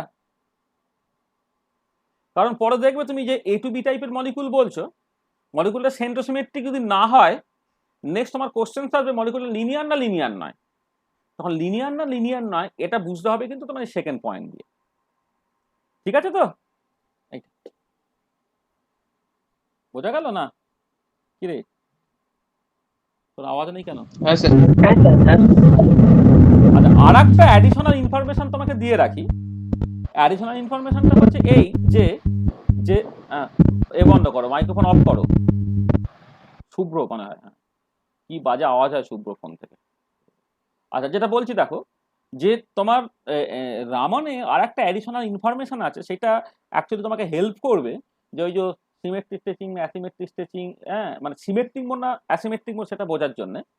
ইনফরমেশনটা হচ্ছে এই যে যখন তুমি ধরো একটা প্লেন পোলারাইজ লাইট, হ্যাঁ প্লেন পোলারাইজ লাইট বলবো না, তুমি একটা লাইট ধরো, একটা ডিপোলারাইজ লাইট তুমি ধরো দিলে, মানে একটা স্যাম্পেলের মধ্যে দিয়ে পাঠালে, এবার রামান লাইন যেটা তুমি পাবে সেটা তুমি দেখবে যে রামানটা করসপন্ডিং পোলারাইজ হতে পারে, ডিপোলারাইজ হতে পারে। তুমি একটা এমনি লাইট তুমি দিচ্ছ, করসপন্ডিং স্যাম্পেলের উপর দিয়ে গেল, স্ক্যাটার্ড হলে, রামান লাইটটাকে অ্যানালাইজ করে তুমি যেটা দেখতে পাবে, রামান লাইনটাকে অ্যানালাইজ করলে তুমি সেটা পোলারাইজও পেতে পারো, ডিপোলারাইজও পেতে পারো। দেখা যায় যে যদি সিমেট্রিক মোড অফ ভাইব্রেশনের জন্য তুমি রামানটা পাচ্ছ, তাহলে কিন্তু করসপন্ডিং যে এটা মানে রামান লাইনটা সেটা হবে পোলারাইজড। আর যদি অ্যাসিমেট্রিক মোড অফ ভাইব্রেশনের জন্য তুমি রামান পাও, সেটা হবে ডিপোলারাইজড। তাহলে যেটা হচ্ছে যে symmetric modes of vibration gives polarized Raman spectra and asymmetric modes of vibration gives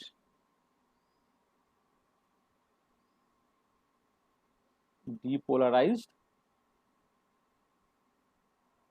Raman Spectra. তার মানে যে তুমি যে রামানটা পাচ্ছ সেটা সিমেট্রিক মোডের জন্য না অ্যাসিমেট্রিক মোডের জন্য, একটা বোঝার রাস্তা হচ্ছে যে তুমি রামানটা দেখো সেটা পোলারাইজ না ডিপোলারাইজ। রামানে লেখা থাকে পোলারাইজ না, যেমন আইআর স্পেকট্রোস্কোপিতে ব্যাকেটে পিআর না পিকিউআর লেখা থাকে, তারপর রামানের ক্ষেত্রে কিন্তু ব্যাকেটে লেখা থাকে সেটা হচ্ছে তোমার পোলারাইজ না ডিপোলারাইজড, এটা লেখা থাকে। তা যদি তুমি দেখো যে পোলারাইজড, তা তুমি বুঝতে পারবে ওটা সিমেট্রিক মোড অফ ভাইব্রেশনের জন্য, আর যদি তুমি দেখো ওটা ডিপোলারাইজ তাহলে বুঝতে পারবে ওটা অ্যাসিমেট্রিক মোড অফ ভাইব্রেশনের জন্য। আর এই সংক্রান্ত দু একটা কথাবার্তা বলি, সেটা হচ্ছে এই যে তুমি ধরো মানে আমি যদি এই একটা আই এই ধরো প্যারালাল, এটা হচ্ছে ইন্টেন্সিটি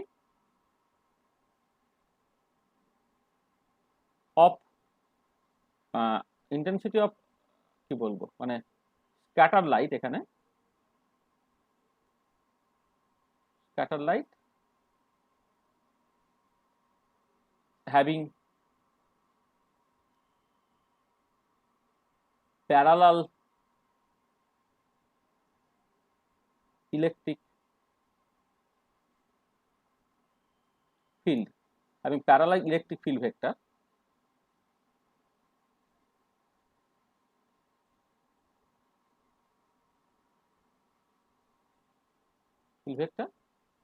আর I পারপেন্ডিকুলারটা হচ্ছে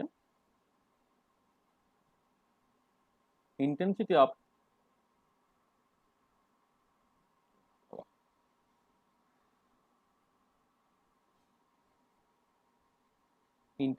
of scatter light having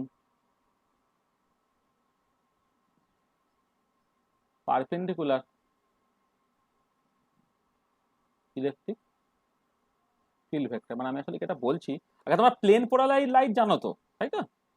মানে মানে কি বলবো, সব জানো বলে আমি আসলে ধরো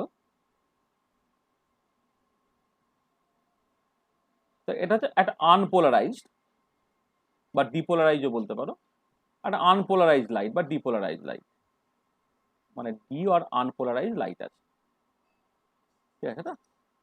আচ্ছা ভাই লাইটটা যাচ্ছে, তুমি কি করো, এইখানে একটা ধরো প্রিজম বা কিছু একটা তুমি রাখছো, এটাকে বলা হয়েছে পোলারাইজার। পোলারাইজার আচ্ছা এবারে পোলারাইজার দিয়ে পাস করলে তোমার কি হচ্ছে না, এই ডিপোলারাইজ লাইটটা সে বেসিক্যালি পোলারাইজ হয়ে যাচ্ছে। মানে যেখানে দেখো ইলেকট্রিক ফিল্ড ভেক্টরগুলো আগে যে কোনো অ্যাঙ্গেল যে কোনো ডিরেকশনে হচ্ছিল মানে অসিলেট করছিল, এখন সেটা পার্টিকুলার ডিরেকশন অসিলেট করছে। আর এবারে তুমি ধরো এইখানে হচ্ছে তোমার একটা স্যাম্পেল আছে, এখানে তোমার স্যাম্পেল আছে, তুমি ইউজুয়ালি যখন ওই কি বলে স্টিরিওকেমিস্ট্রি করো, সেইখানে কি করো, এখানে একটা অপটিক্যালি অ্যাক্টিভ সাবস্টেন্স দাও, মানে স্যাম্পেল মানে একটা তুমি কোনো একটা অপটিক্যালি অ্যাক্টিভ সাবস্টেন্স বা কিছু একটা তুমি দিচ্ছ আর কি, ঠিক আছে, সেটা স্যাম্পেল আছে। আচ্ছা এবারে তোমাকে যখন ওই অপটিক্যাল অ্যাক্টিভিটি দেখাও, তুমি যেটা দেখতে পাও যে এই প্লেন পোলারাইজ লাইট গেল, তার মতো করে তুমি একটা অ্যাঙ্গেল মানে একটা ওই যেটাকে বলা হয় একটা অ্যানালাইজার আছে আর কি, সেই অ্যানালাইজারটাকে তুমি জাস্ট মানে এখানে ধরো এই যেমন এই ওরিয়েন্টেশন, এখানে একটা অ্যানালাইজার আছে, হ্যাঁ এখানে তোমার চোখ আছে, এটা হচ্ছে অ্যানালাইজার, এটা আছে। এবারে যেটা হয় কি, তোমাকে যেটা করতে হয় যে যদি একটা জল হয় তাহলে এই প্লেন পোলারাইজ লাইটের যে প্লেন অফ অসিলেশন সেটা ঘুরবে না, তুমি যেমন দেখছিলে তেমন দেখতে পাবে। আর যদি এটা অপটিক্যালি অ্যাক্টিভ সাবস্টেন্স তাহলে সেই প্লেনটাকে ঘুরিয়ে দিল, যদি এখানে ঘুরিয়ে দেয় তাহলে তোমাকে এই করসপন্ডিং অ্যানালাইজারটাকে ঘুরিয়ে গিয়ে ওই ডিরেকশনে আনতে হবে আর কি। আর কতখানি তুমি রোটেট করো সেটা তোমায় দেখতে হয় আর কি। আচ্ছা এবারে যেটা দাঁড়াচ্ছে যে তোমার এই যে মানে আমি ওই অপটিক্যালি অ্যাক্টিভ সাবস্টেন্স না করে তার বদলে আমি একটা স্যাম্পেল রাখি যে রামন স্পেকট্রোস্কোপি দেখায়। এবার রামন স্পেকট্রোস্কোপি দেখালে যেটা হবে তোমার যে মানে এই যে করসপন্ডিং স্যাম্পেলটা মানে একটা প্লেন পোলারাইজ লাইট ধরো গেল, সে প্লেন পোলারাইজও থাকতে পারে অথবা তার এটা ঘুরে যেতে পারে, এটা যে কথা।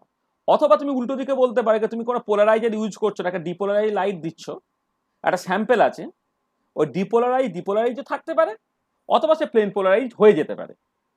ঠিক আছে, তাই হচ্ছে গল্পটা। এবারে কথাটা হচ্ছে যে তুমি এবারে এই যে মানে স্যাম্পেলের মধ্যে দিয়ে যে বেরোনোর পরে যে রামাল লাইটটা তুমি পেলে, তার একটা পারপেন্ডিকুলার ডিরেকশন একটা ইন্টেন্সিটি থাকবে, আর প্যারালাল ডিরেকশন একটা ইন্টেন্সিটি। প্যারালাল মানে হচ্ছে আমি এই যে যেমন যে ডিরেকশন বরাবর অসিলেট করছিল আর কি, হ্যাঁ, সেই বরাবর একটা তুমি ইন্টেন্সিটি পাবে, আর তার পারপেন্ডিকুলার ডিরেকশন বরাবর একটা ইন্টেন্সিটি পাবে। এইটা সেটাই আমি বলছি যে আই প্যারালালটা হচ্ছে intensity of scatter light having parallel electric field vector, আর আই পারপেন্ডিকুলার হচ্ছে intensity of the scatter light having perpendicular electric field vector. আর এবারে একটা টার্ম তোমার ইয়ে করতে হয়, মানে ডিফাইন করতে হয়, যাকে বলা হয় degree of depolarisation. Degree of polarisation না বলে আমি বলছি ডিগ্রি অফ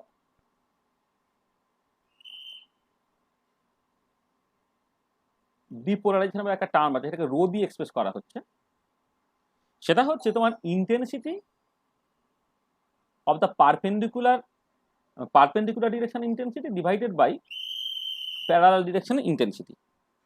আচ্ছা, এবারে দেখো এখান থেকে যেটা পরিষ্কার বুঝতে পারছো, যদি রোটা সাধারণত তোমার 0 হয়ে যায়, তাহলে পারপেন্ডিকুলার ডিরেকশনে কিছু নেই, তার মানে তখন আমি বলবো যে এটা কমপ্লিটলি পোলারাইজড।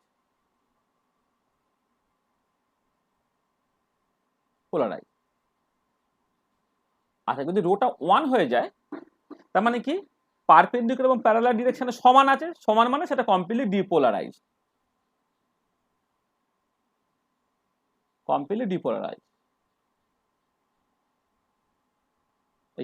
এটা তাহলে কমপ্লিটলি পোলারাইজ, কমপ্লিটলি ডিপোলারাইজ। এবারে ইউজুয়ালি রোটাকে দেখতে পাওয়া যায়, রোটা ইউজুয়ালি তোমার কিন্তু 0 থেকে 1 এর মধ্যে হয়। এবারে 100% পোলারাইজ 100% ডিপোলারাইজ সবসময় হয় না, হ্যাঁ, এবার সেখানে তোমার ওই পার্শিয়ালি পোলারাইজ বা পার্শিয়ালি ডিপোলারাইজ বলা হয়। এবারে এইখানে যদি দেখা যায় যে রোটা সামহাও ধর এই 0 থেকে 1/4 মধ্যে আছে, তার মানে পরিষ্কার বোঝা যাচ্ছে যে তোমার 0 থেকে 1/4 মানে কোনটা বেশি, তোমার করসপন্ডিং প্যারালালটা বেশি, পারপেন্ডিকুলারটা কম, তখন থাকবে পার্শিয়ালি পোলারাইজড।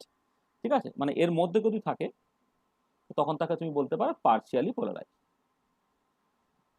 মানে 100% পোলারাইজ মানে হচ্ছে রোটা হচ্ছে 1, আর যদি আপ টু হাফে মানে 1/4 এর মধ্যে থাকে, তখন তাকে বলতে পারো তুমি পার্শিয়ালি পোলারাইজড আর কি। এইটা ঠিক আছে। তাহলে যাকে যেটা কথা হচ্ছে যে এই যে পোলারাইজড ডিপোলারাইজড এই জায়গাটা একটুখানি জাস্ট মাথায় রাখা, কারণ এটা দেখবে অনেক সময় তোমার বেশ কাজে লাগবে আর কি।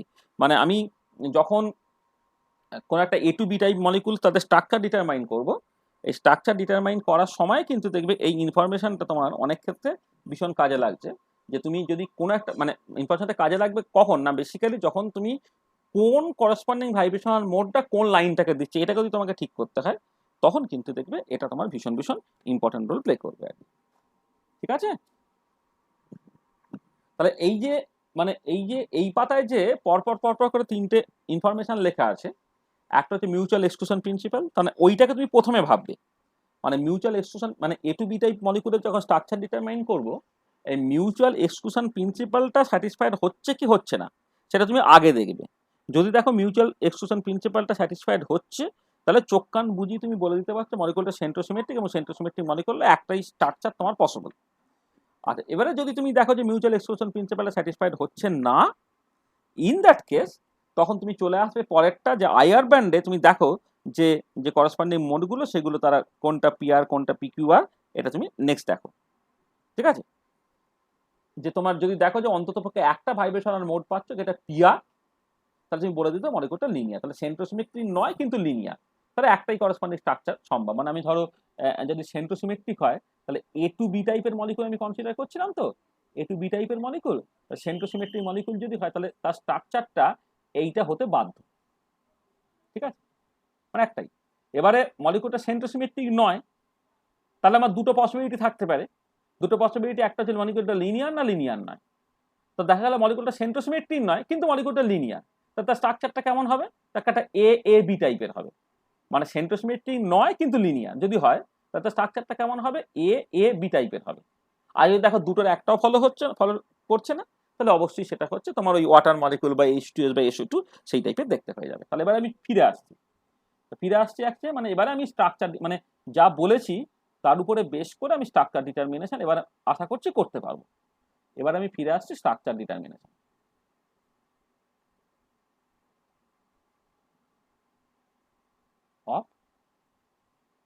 A2B type molecule.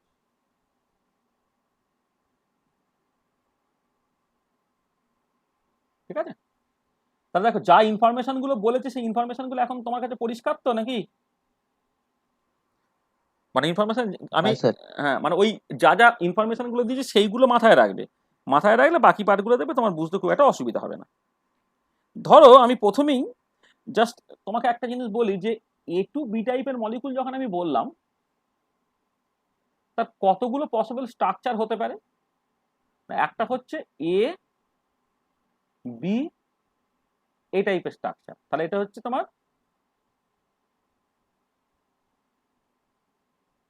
সেন্ট্রোসিমেট্রিক, আর সেন্ট্রোসিমেট্রিক হলে লিনিয়ার হতে বাধ্য। আচ্ছা সেকেন্ড যেটা সেটা হচ্ছে A A B, তাহলে নট সেন্ট্রোসিমেট্রিক বাট লিনিয়ার। আর একটা হচ্ছে তোমার A B A, তাহলে হচ্ছে নট সেন্ট্রোসিমেট্রিক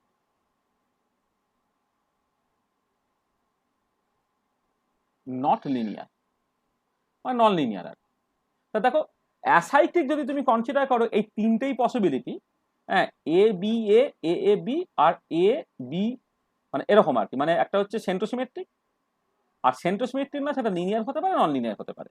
হ্যাঁ এইটা এই কটা জানলেই তোমার চলে যাচ্ছে। আচ্ছা এর সঙ্গে দুটো অ্যাডিশনাল আছে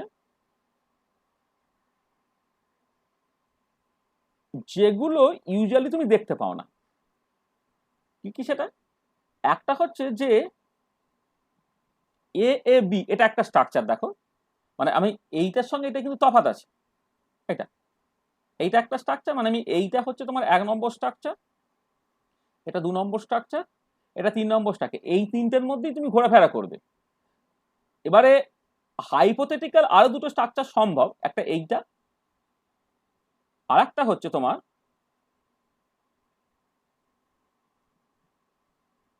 সাইক্লিক। ঠিক আছে এইটা। আচ্ছা তুমি একটা জিনিস খেয়াল রাখবে, সেটা হচ্ছে যে এই সাইক্লিকটা বোঝা অনেক সহজ, কারণ স্ট্রেচিং মোডের সংখ্যা আগের গুলোর ক্ষেত্রে যখন তুমি কনসিডার করছিলে এই স্ট্রেচিং মোডের সংখ্যা আগের গুলো দুটো থাকে, এটা তিনটে থাকে। তাহলে বাকি মানে অ্যাসাইক্লিক স্ট্রাকচারের স্ট্রেচিং মোড, দেখো স্ট্রেচিং এর ফ্রিকোয়েন্সি গুলো বেন্ডিং এর থেকে এই পার্টিকুলার ক্ষেত্রে অনেকটা বেশি হয়। মানে বেন্ডিং আমি ধরো আমি অ্যাজ ফর এক্সাম্পল যদি কার্বন ডাইঅক্সাইড মলিকুল তুমি কনসিডার করো, সেক্ষেত্রে বেন্ডিং মোডের ফ্রিকোয়েন্সি যেখানে 667 তোমার এতে হবে মানে মানে এটা সেন্টিমিটার ইনভার মানে ওয়েব নাম্বার আমি বলছি আর কি, যে 667 সেন্টিমিটার ইনভার। আর সিমেট্রিক স্ট্রেচিং বা অ্যাসিমেট্রিক স্ট্রেচিং একটা 1300 একটা 2324 এরকম আর কি। মানে বেন্ডিং মোডের ফ্রিকোয়েন্সিটা অনেক অনেক কম হয় ইন কম্পারিজনটা তোমার স্ট্রেচিং মোড। তাহলে এই ক্ষেত্রে হচ্ছে নাম্বার অফ স্ট্রেচিং মোডস আর কি,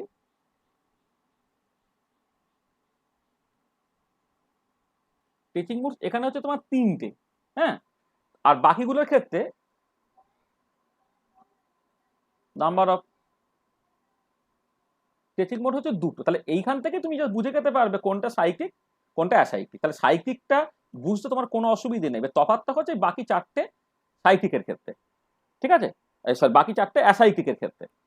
আচ্ছা অ্যাসাইক্লিক তাহলে প্রথমে তুমি দেখো, তাহলে আমি বলে দিচ্ছি তারপর আমি এক্সাম্পলে আসছি। তাহলে প্রথমেই দেখো যে মিউচুয়াল এক্সক্লুশন প্রিন্সিপাল স্যাটিসফাইড হচ্ছে কি হচ্ছে না। যদি মিউচুয়াল এক্সক্লুশন প্রিন্সিপালটা স্যাটিসফাইড হয় তাহলে সেন্ট্রোসিমেট্রিক, তাহলে প্রথমটা হয়ে গেল, ব্যাস মিটে গেল।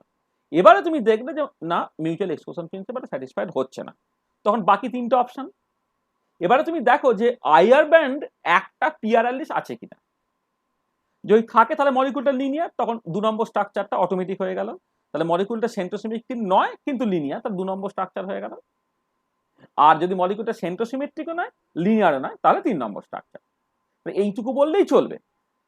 এবারে তোমাকে 4 নম্বরটা ইউজুয়ালি পাওয়া যায় না, কিন্তু যদি তোমাকে হাইপোথেটিক্যাল 3 এবং 4-এর মধ্যে তফাৎ করতে হয় সেটা হচ্ছে এই যে 3 নম্বর স্ট্রাকচারটা দেখা একটা শর্ট অফ সিমেট্রি আছে, সেটা হচ্ছে কি এই C2 সিমেট্রিটা এই বরাবর তোমার আছে। এই যে C2 সিমেট্রিক এটা এই C2 সিমেট্রিটা আছে, কিন্তু এইখানে কোনো C2 সিমেট্রিক নেই। তাহলে এই পার্টিকুলার মোড অফ ভাইব্রেশনস গুলোকে তুমি সিমেট্রিক অ্যাসিমেট্রিক ক্যাটাগরিতে ভাগ করতে পারবে, এই পার্টিকুলার মোডগুলোকে তুমি পারবে না। তাহলে এই পার্টিকুলার মোডটাকে তুমি সিমেট্রি বা অ্যাসিমেট্রিক ক্যাটাগরিতে ভাগ করতে পারবে, এখানে পারবে না।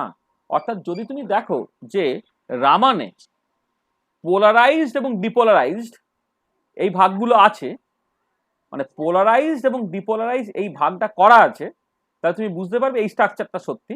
আর যদি তোমার পোলারাইজ বা ডিপোলারাইজ এই গল্পটা একদম না থাকে, তাহলে তুমি বুঝতে পারবে এই স্ট্রাকচারটা। মানে প্রথম দুটো হয়ে গেল, এবার থার্ড আর ফোর্থের কম্পারিজন হচ্ছে। তুমি এবার রামানের দিকে তাকাও, রামানে দেখো ওই ব্যাকেটে পোলারাইজ ডিপোলারাইজ এইভাবে লেখা আছে কিনা। যদি পোলারাইজ বা ডিপোলারাইজ লেখা থাকে তাহলে এই টাইপের স্ট্রাকচার, আর যদি লেখা না থাকে তাহলে 4 নম্বর স্ট্রাকচার। তাহলে পরিষ্কার? তাহলে দেখো এলোপাতাড়ি ভাবে ভাববে না কিন্তু। তাহলে প্রথমে মিউচুয়াল এক্সক্লুশন প্রিন্সিপাল দেখবে, তারপরে দেখবে হচ্ছে ভাইব্রেশনাল ব্যান্ডে পিআর বা পিকিউআর আছে কিনা, তারপরে তুমি দেখবে হচ্ছে রামানে পোলারাইজ বা ডিপোলারাইজ লেখা আছে কিনা, হ্যাঁ, তারপরে চলে আসবে হচ্ছে এইখানে। ঠিক আছে? আচ্ছা, কি ব্যাপারটা পরিষ্কার তো, না পরিষ্কার নয়? হ্যাঁ স্যার। আচ্ছা, তাহলে এবার আমি এক্সাম্পলে আসি। ধরো দেখো আমি না অনেক ক্ষেত্রেই হয়তো সমস্ত ইনফরমেশন দেব না, মানে একটা স্ট্রাকচার ডিটারমাইন করার জন্য যতটুকু ইনফরমেশন জানার দরকার আমি ততটুকুই দেবো। কারণ অনেক সময় কি একটা স্পেকটা যখন তুমি ল্যাবরেটরিতে এক্সপেরিমেন্ট করবে তখন তোমাকে গুচ্ছের ইনফরমেশন বেরিয়ে আসে, আমরা অতটুকু দেবো না, আমি ততটুকু ইনফরমেশনই তোমাকে দেবো যেটা দিয়ে তুমি ইউনিকলি তার স্ট্রাকচারটা ডিটারমাইন করতে পারবে আর কি। তাহলে আমি কিছু এক্সাম্পলে আসি।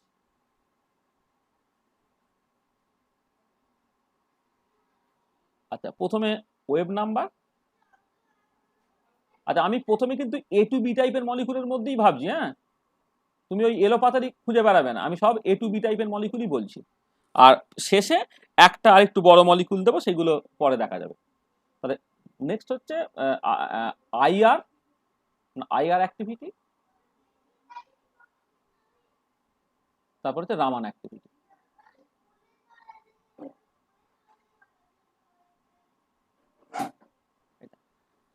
আচ্ছা,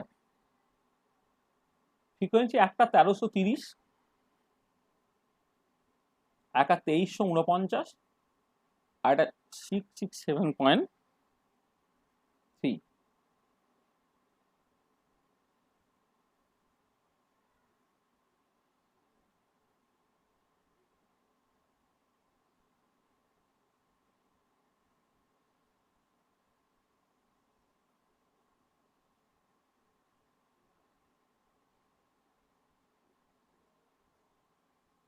হ্যাঁ, এটা। আচ্ছা, এইটা হচ্ছে ইনঅ্যাক্টিভ, এটা অ্যাক্টিভ, এবং ব্র্যাকেটে লেখা আছে পিআর, এটাও অ্যাক্টিভ, ব্র্যাকেটে লেখা আছে পিকিউআর, এটা।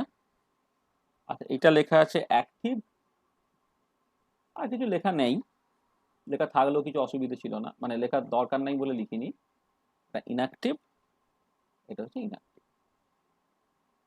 ঠিক আছে? তাহলে এই একটা আমি কিছু ইনফরমেশন দিয়েছি বা ডেটা দিয়েছি, তোমাকে এরকম একটা টেবিল দিয়ে দেবে, দিয়ে তোমাকে বলতে হবে মানে with explanation what should be the structure.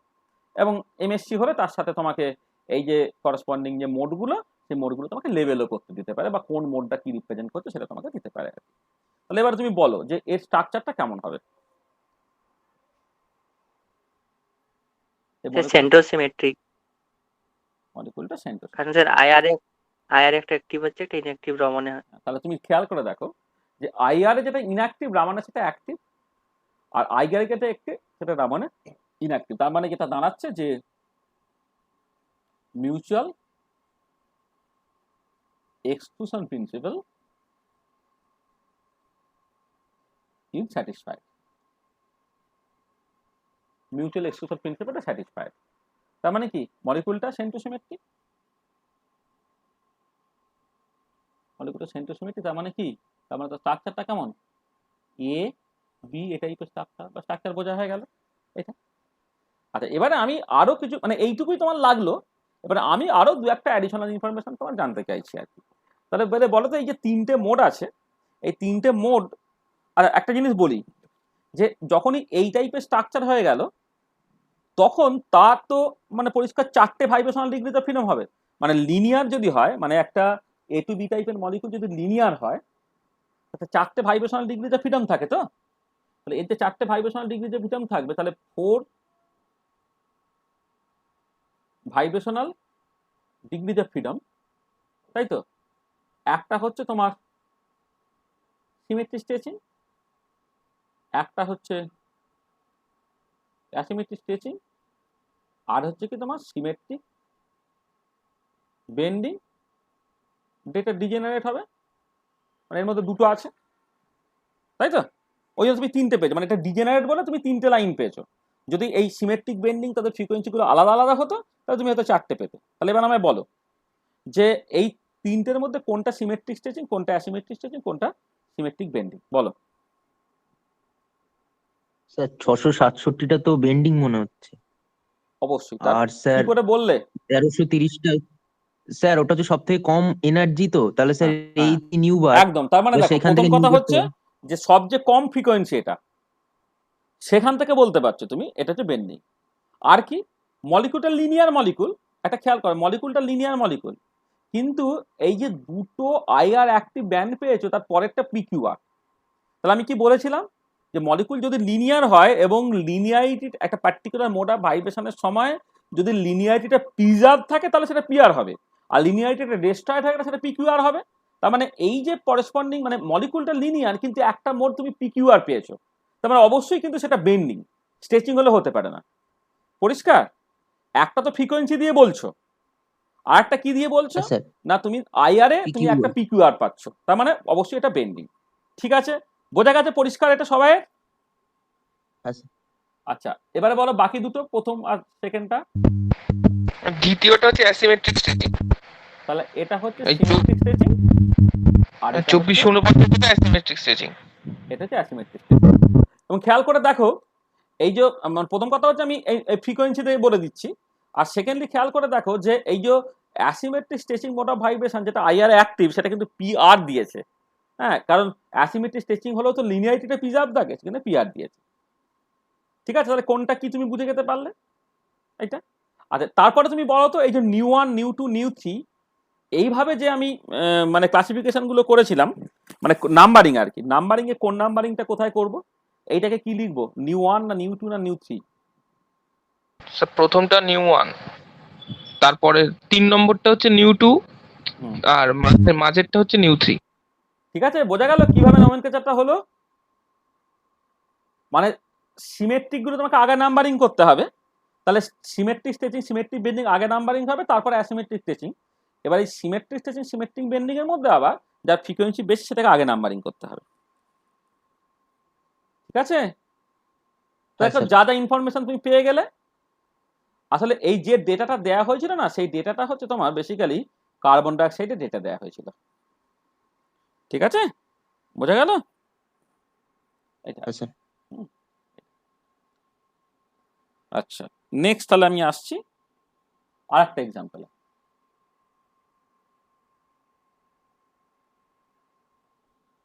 আগের এক্সাম্পল 1 বলি, এক্সাম্পল 2।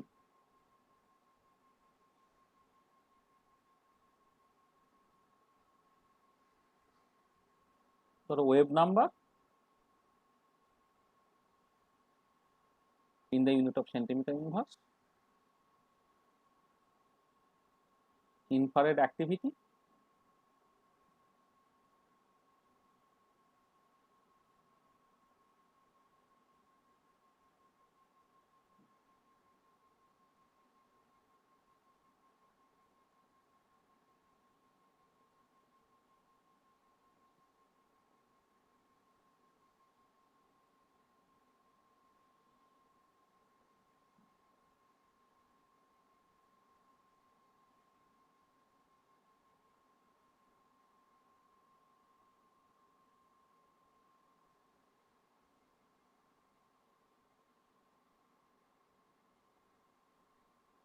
আচ্ছা, একটা হচ্ছে 589, একটা হচ্ছে তোমার 1285, একটা হচ্ছে 2224, এটা এটা হচ্ছে অ্যাক্টিভ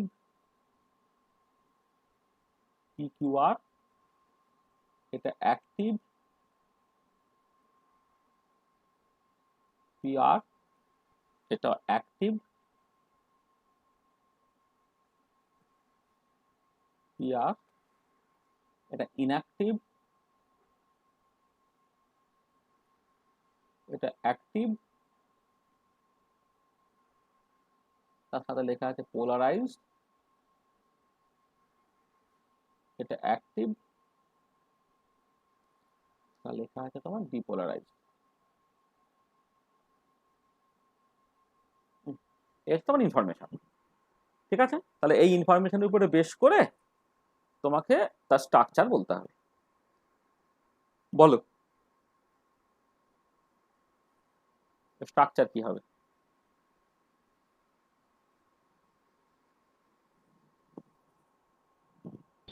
মলিকুলটা লিনিয়ার সেন্ট্রোসিমেট্রিক নয়, সেন্ট্রোসিমেট্রিক নয়, লিনিয়ার।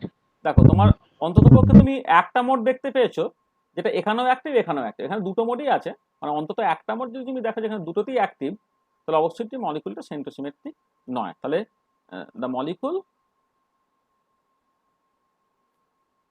ইজ নট সেন্ট্রোসিমেট্রিক, এটুকু বুঝলাম। তাহলে প্রথমে এটা দেখবো। আচ্ছা, মলিকুলটা লিনিয়ার না লিনিয়ার নয়? লিনিয়ার হবে স্যার, PR একটা আছে। হ্যাঁ, অন্ততপক্ষে একটা পিআর পেয়েছো, তো দ্য মলিকুল ইজ লিনিয়ার। তাহলে সেন্ট্রোসিমেট্রি নয়, লিনিয়ার। তাহলে স্ট্রাকচার কেমন হবে? এই টাইপের হতে বাধ্য, তাই তো? তাই তো নাকি? মলিকুলটা সেন্ট্রোসিমেট্রিক নয় কিন্তু লিনিয়ার। এই যে আমি আগের এখানে দেখিয়েছিলাম যে সেন্ট্রোসিমেট্রিক নয় কিন্তু লিনিয়ার, তাহলে তোমার এই ধরনের স্ট্রাকচার হতে বাধ্য। এটা ঠিক আছে, এটা বোঝা গেল। আচ্ছা, এবারে এই টাইপের মলিকুল যদি হয়, তার ক্ষেত্রে যখন তুমি এগুলো দেখবে, মানে তো করসপন্ডিং ভাইব্রেশনাল মোডস গুলো দেখবে,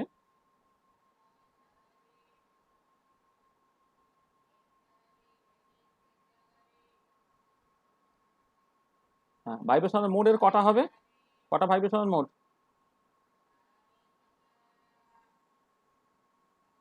চারটেই ভাইব্রেশনাল মোড হবে, কারণ মলিকুলটা লিনিয়ার। ঠিক আছে, তাহলে তখন তার ওই নামগুলো একই রকম ভাবে, symmetric stretching, asymmetric stretching, symmetric bending, এবং এটা ডিজেনারেট। আচ্ছা, এবারে বলো কোনটা কি? প্রথমেরটা কি হবে? সিমেট্রিক বেন্ডিং তো? এইটা হবে সিমেট্রিক স্ট্রেচিং, এটা হবে অ্যাসিমেট্রিক স্ট্রেচিং। আর যেটা আমি প্রথমে ফ্রিকোয়েন্সি দিয়ে বলে দিতে পারছি, হ্যাঁ, মানে যেটা সবচেয়ে কম সেটা সিমেট্রিক বেন্ডিং, তারপরে সিমেট্রিক থেকে তারপর সিমেট্রিক অ্যাসিমেট্রিক স্ট্রেচিং। আরও এখানে কিন্তু অনেক কিছু ইনফরমেশন আছে, তুমি খেয়াল করে দেখো যে IR এ বেন্ডিং হলে PQR হয়ে যাবে, আর এইগুলো স্ট্রেচিং এর জন্য বলে PR। বোঝা গেছে যে লিনিয়ার মলিকুল লিনিয়ারিটা প্রিজার্ভ থাকবে স্ট্রেচিং মোডের জন্য, সেখানে পরের দুটো স্ট্রেচিং মোড, প্রথমটা বেন্ডিং মোড, সেটা তুমি দেখলে। আবার রামানে খেয়াল করে দেখো, রামানের মধ্যে একটা পোলারাইজ একটা ডিপোলারাইজ। পোলারাইজ কার জন্য হয়? সিমেট্রির জন্য। সিমেট্রিক হলে পোলারাইজ হয়, অ্যাসিমেট্রিক হলে ডিপোলারাইজ হয়। দেখো একদম সব কিছু আমি যা যা ইনফরমেশন বলেছি, সব ইনফরমেশন গুলো কিন্তু এখানে পরিষ্কারভাবে মিলে যাচ্ছে, তাই না? তাহলে এইটাকে আমি নাম দেবো নিউবার 1, এইটা নাম দেবো নিউবার 2, এইটা হচ্ছে নিউবার 3। এইটা আচ্ছা, এই যে এক্সাম্পলটা দিয়েছিলাম সেটা বেসিক্যালি তোমার NTO মলিকুলের এক্সাম্পল ছিল। কি ক্লিয়ার তো? হ্যাঁ স্যার। আচ্ছা, তাহলে আমি আর একটা এক্সাম্পল আসছি।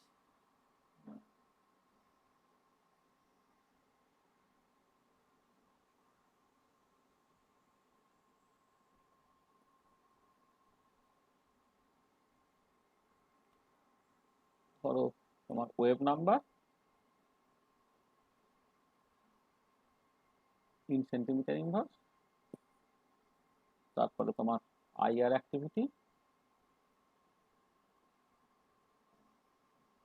তারপরে হচ্ছে তোমার Raman activity.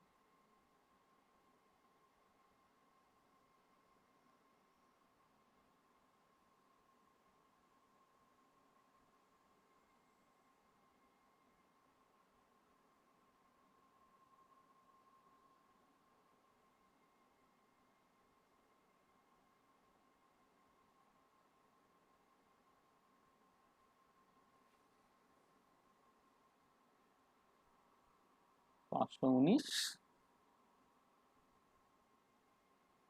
1151, 1361, active PQR,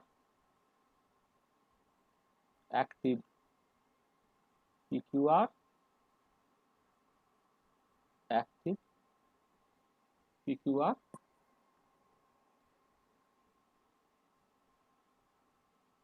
active polarized, active polarized, active depolarized। ঠিক আছে, এই হচ্ছে তোমার রেজাল্ট গুলো। এবারে বলো। সেন্টিমেট্রিক নয়, লিনিয়ারও নয়, কারণ অ্যাটলিস্ট একটাও পিয়ার নেই। So the molecule is not centrosymmetric, তাই না? কারণ মিউচুয়াল এক্সক্লুশন প্রিন্সিপালটা ওবেড হয়নি। নট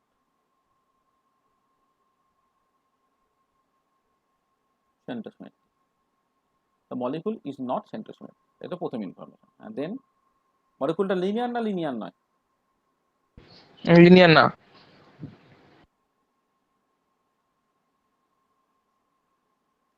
কেন লিনিয়ার নয়? সবকটা ওই আই, হ্যাঁ, মানে একটাও পিয়ার নেই, সব পিকিউআর। ঠিক আছে, তাহলে মলিকুলটা সেন্ট্রোসিমেট্রিক নয়, লিনিয়ার নয়। আর এবার সেন্ট্রোসিমেট্রিকও নয়, লিনিয়ারও নয়, যদি এরকম হয় তাহলে তার স্ট্রাকচারটা আমি দুটো বলতে পারি। একটা হচ্ছে এ বি এ, অথবা এ এ বি, তাই না? এই দুটো পসিবল। এটা কোনটা হবে?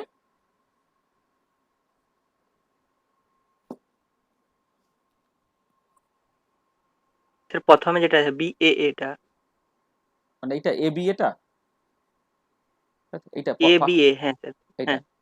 কেন পরেরটা নয় কেন?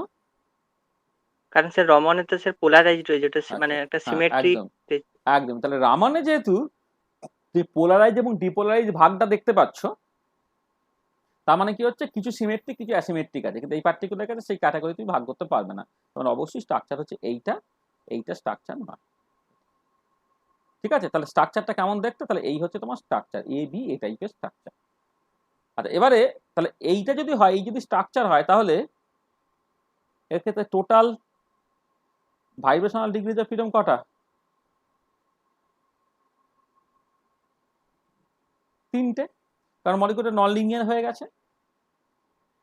একটা অবশ্যই সিমেট্রিক স্ট্রেচিং, একটা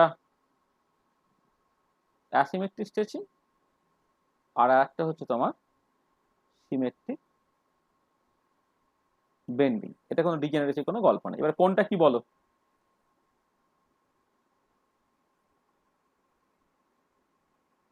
স্যার কি? যেটা কম আছে প্রথমটা সিমেট্রিক বেন্ডিং, এইটা তারপরটা সিমেট্রিক স্ট্রেচিং।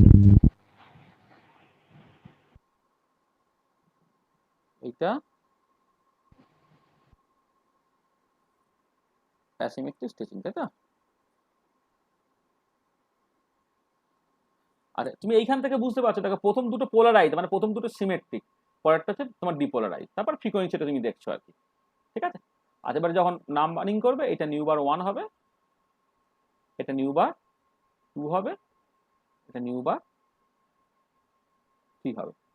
এটা ঠিক আছে, বোঝা গেল? আচ্ছা। তাহলে দেখো এই যে তিনটে টাইপের যে এই তিনটে টাইপ কিন্তু আমি জাস্ট আমাকে দেখিয়ে দিলাম যে কোনটা কি টাইপের আর কি, সেটা কিন্তু এখান থেকে পরিষ্কার আমি দেখিয়ে দিলাম যে দেখো এরকম এরকম সব হয় আর ঠিক আছে। তো দেখো এই মোটামুটি ভাবে এই টাইপের তোমার জাস্ট মানে ইনফরমেশন দিয়ে দেওয়া থাকবে, তাই ইনফরমেশন থেকে হচ্ছে তোমাকে একটা স্ট্রাকচার ডিটারমাইন করতে হবে। আচ্ছা দেখো আমি তোমাকে একটা কথা বলেছিলাম যে আমরা যে অ্যানালিসিসগুলো করছি ডায়াটমি মলিকুলটাকে এক্সাম্পল হিসেবে ধরে তুমি খেয়াল রাখবে যে ডায়াটমি মলিকুলের যে টাইপের রুলগুলো মানে সিলেকশন রুল থেকে শুরু করে ইত্যাদি যেগুলো ওবে করে, লিনিয়ার মলিকুলের ক্ষেত্রে সেই টাইপের রুলই কিন্তু বেসিক্যালি ওবে করে, ঠিক আছে। সেখানে আমি একটা মলিকুল তোমায় দিচ্ছি, এই তিনটে মলিকুল ছাড়াও আর কি, মানে তিনটে টাইপ হয় মলিকুল, আমি তিনটে টাইপের তিনটে এক্সাম্পল দিলাম আর কি। মানে আচ্ছা এই শেষের যে এক্সাম্পলটা, শেষের এক্সাম্পলটা কিন্তু SO2 মলিকুলের তোমার করসপন্ডিং এক্সাম্পল ছিল আর কি। এবার ওয়াটার মলিকুল H2S তাদেরও ডেটা ইন্টারনেটে অ্যাভেলেবেল আর কি। হ্যাঁ তুমি তার মতো করে তোমাকে ঘুরিয়ে ফিরিয়ে বিভিন্ন প্রবলেম দেওয়া থাকতে পারে, কিন্তু তিনটে পসিবল স্ট্রাকচার, তিনটে পসিবল স্ট্রাকচারের জন্য তিনটে ইনফরমেশন দিয়ে তোমাকে ব্যাপারটাকে দেখালাম আর কি। আচ্ছা এবারে একটু কঠিন একটা এক্সাম্পল আমি জাস্ট তোমাদের করতে বলছি। হ্যাঁ সেটা হচ্ছে যে মলিকুলটা এখন আর কিন্তু A to B টাইপের মলিকুল নয়, মলিকুলটা ট্রায়াটমিকার নয় আর কি, এটা হচ্ছে প্রথম কথা। হ্যাঁ সে মলিকুলটা হচ্ছে তোমার মানে টেট্রাঅ্যাটমিক মলিকুল আর কি, মানে আমি জাস্ট এটা A to B2 টাইপের মলিকুল আর কি। আমি জাস্ট যা ইনফরমেশনটা দেবো সেইটার বেসিসে না A to B টাইপের মলিকুল তার স্ট্রাকচারটা তুমি বলে দিতে পারবে। দেখো আমি শুধু ইনফরমেশনগুলো তোমায় একটু প্রথমে সামারাইজ করে দিই। সেটা হচ্ছে যে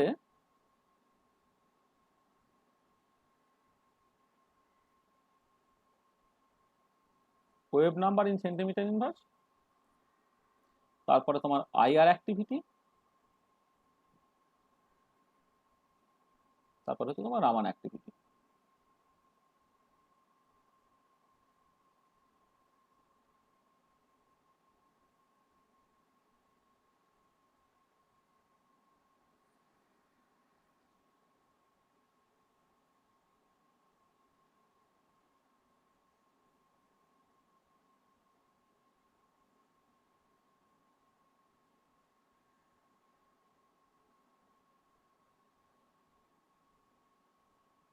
টোটাল 6টা রো টানলাম, কারণ এক্ষেত্রে A2B2 যখন তখন অবশ্যই 3টে বা 4টে ভাইব্রেশনাল মোড থাকবে না, তার থেকে বেশি ভাইব্রেশনাল মোড থাকতে পারে সেখানে। আচ্ছা যে ইনফরমেশনগুলো দেওয়া আছে সেটা হচ্ছে তোমার এটা হচ্ছে 3374, এইটা ইনঅ্যাক্টিভ, এটা অ্যাক্টিভ এবং পোলারাইজড। তারপর একটা হচ্ছে 1974 ইনঅ্যাক্টিভ, এটা active,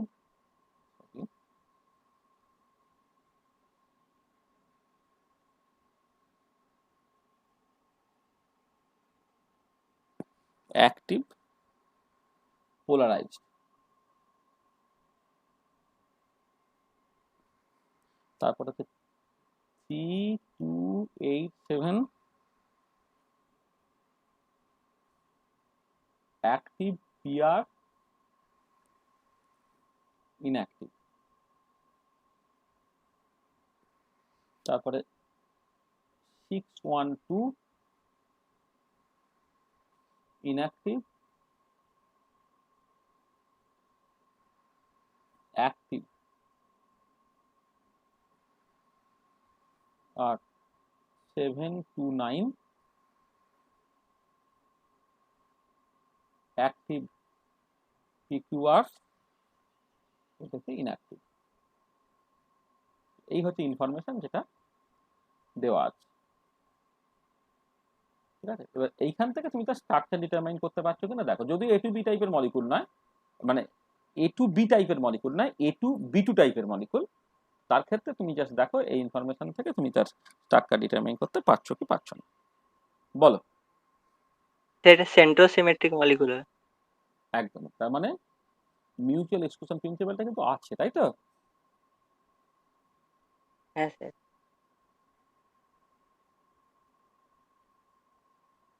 mutual exclusion principle is obeyed, তার মানে দ্য মলিকুল ইজ সেন্ট্রোসিমেট্রিক।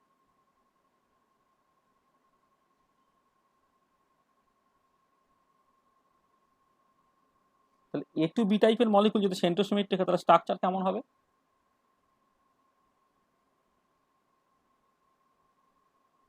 এরকম হতে বাধ্য, তাই তো?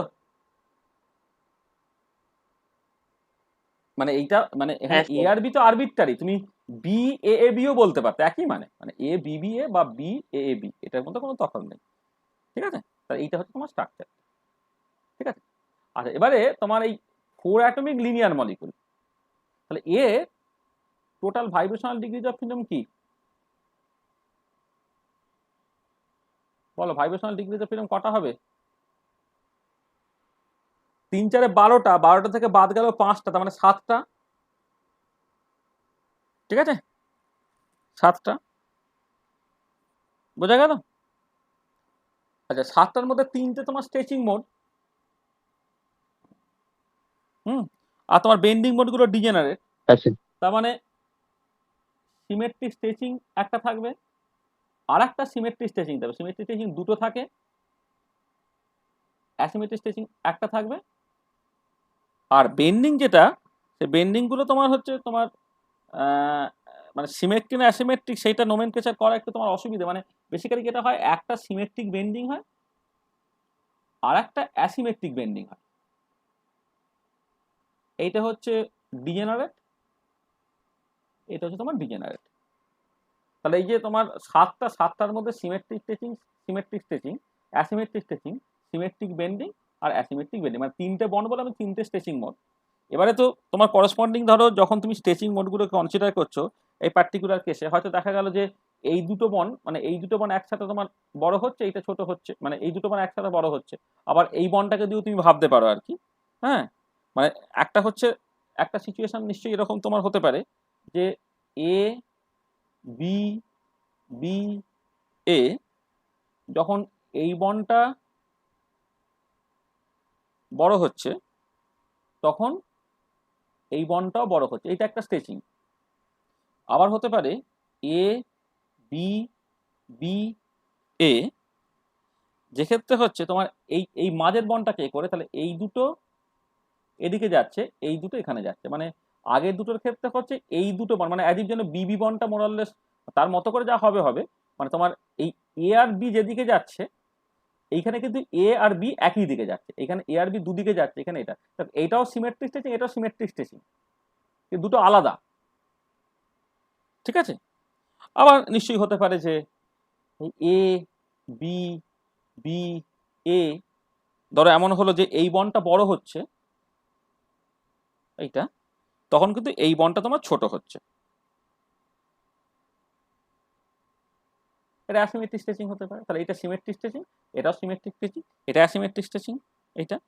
আর বেন্ডিং যখন তুমি কনসিডার করছো এ বি বি এ, তো একটা হতে পারে যে দুটোই উপরে উঠলো এই দুটো, আর এই দুটো তোমার নিচে নামলো, এটা এটা যদি করসপন্ডে সিমেট্রিক। আর একটা দেখো হতে পারে এ বি বি এ, যখন তোমার এইটা উপরে উঠছে এইটা নিচে নামছে, এইটা যখন উপরে উঠছে এটা তোমার নিচে নামছে, এরকম হতে পারে, এটা অ্যাসিমেট্রিক। তাহলে দেখো এটা ডিজেনারেট আর কি। তাহলে এই এই 5টা মোড আর কি, মানে এটা যদি 1 2 3 4 5 বলি, ধরো এইটা তোমার 1 নম্বর 2 নম্বর 3 নম্বর 4 নম্বর এই 5 নম্বর।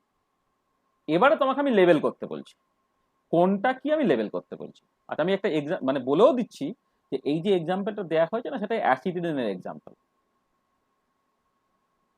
এটা অ্যাসিডিনের এক্সাম্পল আমি দিয়েছিলাম। তাহলে এবারে অ্যাসিডিনের এক্সাম্পলটা কোনটা কি মোড তুমি যা সেবার আমায় বলবে, ঠিক আছে? মানে পরের দুটো যে বেন্ডিং মোড পরিষ্কার বুঝতেই পারছো, পরের দুটো বেন্ডিং মোড তুমি সেটা বুঝতেই পারছো। হ্যাঁ, এইটা এই মানে 612 আর 729 এটা এইটা আর কি, এটা। আর আগের গুলো হচ্ছে তোমার স্ট্রেচিং মোড, ঠিক আছে? স্ট্রেচিং মোডের মধ্যে যেহেতু এই সিএইচ বন্ড তাদের যা স্ট্রেংথ, সিসি বন্ড তার স্ট্রেংথ হচ্ছে অনেকটা বেশি, সেইখান থেকে তুমি এই যে করসপন্ডিং ফ্রিকোয়েন্সিগুলো তোমার এখানে মনে হতে পারে যে দুটো স্ট্রেচিং একটা বেন্ডিং, তার স্ট্রেচিং গুলোর ফ্রিকোয়েন্সি কম, দুটো সিমেট্রিক স্ট্রেচিং একটা অ্যাসিমেট্রিক স্ট্রেচিং, সিমেট্রিক স্ট্রেচিং এর ফ্রিকোয়েন্সি কম, অ্যাসিমেট্রিক স্ট্রেচিং ফ্রিকোয়েন্সি বেশি হতে পারে, কিন্তু খেয়াল রাখবে এক্ষেত্রে কিন্তু একটা সিএইচ বন্ডের গল্প, একটা সিসি বন্ডের গল্প। তাহলে এই পার্টিকুলার কেসে যখন এই যে বিবি এই বন্ডটা যখন তোমার বড় বা ছোট তুমি করতে চাইছো আর কি, তখন সেটা অনেক বেশি এনার্জি লাগবে। যদি এটা সিমেট্রিক তবুও কিন্তু এর এনার্জিটা অনেক বেশি হবে, এটা মাথায় রাখবে আর কি। হ্যাঁ, করে তার করসপন্ডিং কোনটা কি তুমি নিশ্চয়ই বলে দিতে পারবে, পারবে তো নাকি? স্যার ব্যান্ডিং এর ব্যাপারটা বলুন না কোনটা? স্যার, এই সিসি ট্রিপল বন্ড আর সিএইচ মানে না না, সিঙ্গেল এই যে বন্ডের স্ট্রেচিং, এই তো বললাম তো যে ধরো এই তোমার দুটো সিমেট্রিক স্ট্রেচিং আমি কনসিডার করছি। একটা স্ট্রেচিং হচ্ছে সিএইচ বন্ডটা বাড়ে মানে বড় হয় বা ছোট হয়, আর একটা ক্ষেত্রে সিসি বন্ডটা বড় হয় বা ছোট হয়। তা দুটোই সিমেট্রিক স্ট্রেচিং, যেটা আমি 1 নম্বরে 2 নম্বরে দেখিয়েছি। 1 নম্বরে কি হচ্ছে এবি বন্ড মানে সিএইচ বন্ড, সেটা বড় হচ্ছে। আর 2 নম্বরে দেখো তোমার এই সিসি বন্ড যেটা মানে বিবি বন্ড, সেটা বড় হচ্ছে। সিএইচ বন্ড এনার্জিটা অনেক কম, আর সি ট্রিপল বন্ড বন্ড এনার্জিটা অনেক বেশি। তারপরে সি ট্রিপল বন্ড সি এই স্ট্রেচিং এর করসপন্ডিং ফ্রিকোয়েন্সিটা অনেক বেশি হবে, ঠিক আছে? আর করসপন্ডিং এই যে সিএইচ যেটা, সেটা কিন্তু অনেক কম হবে। এটা এটা আমি বলতে চাইছি, ঠিক আছে? হ্যাঁ স্যার। বুঝা গেল? তাহলে এইটা হচ্ছে তোমার 1 নম্বরটা। এইটা দেখো, তুমি জানো নিশ্চয়ই এই যে সিমেট্রিক মোড যখন হবে সেগুলো হচ্ছে ইনঅ্যাক্টিভ হবে, আর এইটাও যখন ইনঅ্যাক্টিভ আর কি, সেইটা হচ্ছে তোমার 2 নম্বরটা, এইটা হচ্ছে 3 নম্বরটা।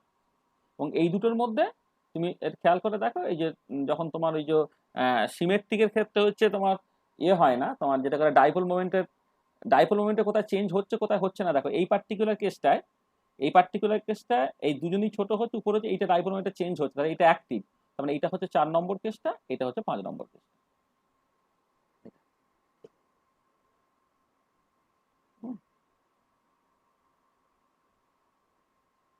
ডাইপোল মোমেন্টের ক্ষেত্রে এই ক্ষেত্রে কি হচ্ছে, তোমার এইটা নিচে যখন চলে এলো মানে এদিকে ডাইপোল ক্যান্সেল আউট করবে, কিন্তু এদিকে কি হচ্ছে এই সিসি বন্ড নিচে চলে এসে এখানে ডাইপোল মোমেন্টে চেঞ্জ হবে। যেখানে ডাইপোল মোমেন্টে চেঞ্জ হবে সেইটা হচ্ছে তোমার আইআর অ্যাক্টিভ হবে। তাহলে এই 4 নম্বরটা হচ্ছে এইটা, 5 নম্বরটা হচ্ছে এইটা। এবার তোমার ফ্রিকোয়েন্সি সেই মতো করে তুমি যা নিউ 1 নিউ 2 নিউ 3 নিউ 4 সেই মতো করে তুমি দিতে পারো। বোঝা গেল? পরিষ্কার তো? হ্যাঁ স্যার।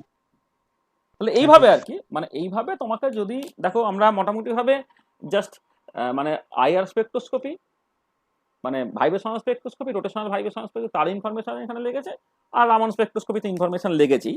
সেই ইনফরমেশনগুলোকে কাজে লাগিয়ে করসপন্ডিং স্ট্রাকচার ডিটারমিনেশন কেমন করে করতে হয় তার জন্য আমি বেশ কতগুলো এক্সাম্পল দিয়ে ব্যাপারটাকে বোঝানোর চেষ্টা করলাম। আমার মনে হয় যে পুরো ব্যাপারটা তোমরা বুঝেছো। যদি কোথাও কোনো অসুবিধা থাকে বা ডাউটস থাকে আবার বলে নাও। নেক্সট দিন আমরা ইলেকট্রনিক স্পেকট্রোস্কোপিতে চলে যাব। ইলেকট্রনিক স্পেকট্রোস্কোপি যা সিলেবাসে আছে মানে খুব অল্প সময়। বলছিলাম এই যে এখানে বললেন কার্বন কার্বন, হ্যাঁ। স্যার এখানে যে বললেন সিমেট্রিক স্ট্রেচিংটা, হুম। তাহলে স্যার ওখানে কার্বন মানে যে বন্ড গুলো সেইটা আর ওইদিকের হাইড্রোজেন বন্ড দুটো একসঙ্গে স্ট্রেচ করবে, মানে সিমেট্রিক স্ট্রেচিং এর মোডটা এখানে মানে বুঝতে পারলাম না, মানে তিনটে ওই কার্বনের মাঝে বন্ডটার একটা এই যে স্ট্রেচিং বলছেন, একটা দু কার্বন নম্বরে হাইড্রোজেন বন্ডের এই তো এইখানে 1 নম্বর আর 2 নম্বরের ছবিটা দেখি তো পরিষ্কার বুঝতে পারছি যে এর ক্ষেত্রে এই দুটো ক্ষেত্রে হচ্ছে এবি বন্ড লেন্থটাকে ফিক্স রেখে এ আর বি দুজনেই বাঁ দিকে যাচ্ছে, আর এদিকে বি এর দুজনেই ডান দিকে যাচ্ছে। তাহলে মানে বন্ডটা বাল্ব অ্যাকচুয়ালি কোনটা, বিবি বন্ডটা। আর এই পার্টিকুলার ক্ষেত্রে তুই পরিষ্কার দেখতে পাচ্ছিস কি এবি বন্ডটা মানে সিএইচ বন্ডটা কিন্তু বাড়ছে, এই যে এই অ্যারোটা এদিকে, এই অ্যারোটা এদিকে। তাহলে প্রথমটাই হচ্ছে সিএইচ বন্ডটাই মেনলি স্ট্রেচ করছে, আর পরেরটা হচ্ছে সিসি বন্ডটা মেনলি স্ট্রেচ করছে। এবারে যেহেতু এইগুলো সব কটা হচ্ছে নর্মাল মোডসে কিন্তু কোন অ্যাটমই চুপচাপ বসে থাকবে না, মানে প্রত্যেকটা অ্যাটমই একই ফ্রিকোয়েন্সিতে অসিলেট করবে। এইটা সেই জন্য আমি কাউকে দাঁড় করিয়ে রাখতে পারবো না, মানে পেরেক দিয়ে গেঁথে রেখে দিলাম। যেমন এই পার্টিকুলার কেসে তুই যদি মনে করি যে এই কার্বন এবং কার্বনকে পেরেক দিয়ে গেঁথে তুই রেখে দিবি আর এই এইচটা বাড়বে এটা কখনো হয় না। মানে এক্ষেত্রে এগুলো সব নর্মাল মোড, সেখানে প্রত্যেকটা বন্ডেই কিন্তু তো করসপন্ডিংলি ভাইব্রেট করবে, প্রত্যেকটা অ্যাটমই কিন্তু ভাইব্রেট করবে। তার মধ্যে তো ছবি দেখে বুঝে নিতে হচ্ছে যে কোনটা অ্যাকচুয়ালি কোন বন্ডটা অ্যাকচুয়ালি তোমার স্ট্রেচ করছে, কোনটা তোমার ম্যানিফেস্টেড হবে না। আসলে এই যে ভাইব্রেশনাল মোডগুলো না, সেটা এই যারা তোদের এই 6 সেমিস্টারে কিছুটা কোর্স আছে কিন্তু ওই পার্টটা আজকাল কেউ নিচ্ছে না। সেটা হচ্ছে এই যে গসিয়ান বা এই টাইপের না প্রচুর সফটওয়্যারস আছে।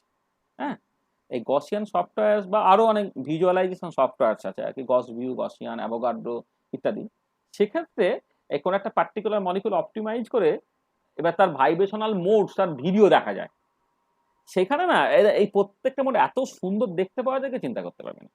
অপটিমাইজ করার পর ভাইব্রেশনাল ফ্রিকোয়েন্সি গুলো দেবে, এবারে কোন করেসপন্ডিং ফ্রিকোয়েন্সিটা কোন মোডকে রিপ্রেজেন্ট করছে সেটা যদি ক্লিক করা হয় তাহলে না একটা অসাধারণ ভালো ভিডিও দেখায় আর কি, যে একদম মানে বনটা ভাইব্রেট করছে, সেখানে পরিষ্কার দেখতে পাওয়া যায় যে কোনটা কি বড় হচ্ছে কম হচ্ছে ইত্যাদি। হ্যাঁ, আমি দেখি পরের দিন পৌলমী এগুলো খুব ভালো করে জানে, আমি পরের দিন পৌলমীকে বলবো ওই করেসপন্ডিং ওই মানে ভিডিওগুলোকে রেখে, মানে ও নিজে অপটিমাইজ করে নিজের ল্যাবে, তো সেই ভিডিওগুলো যদি এখানে দেখানো সম্ভব হয় তাহলে ও চালিয়ে দেখিয়ে দিতে পারবে যে যেমন ধরো অ্যাসিটিনের ক্ষেত্রে বা অ্যামোনিয়ার ক্ষেত্রে বা ওয়াটার মলিকুলের ক্ষেত্রে, হ্যাঁ, যে কোন ফ্রিকোয়েন্সিটা কেমন করে অসিলেট করছে আর কি, মানে একদম ছবিটা দেখতে পাওয়া যায়।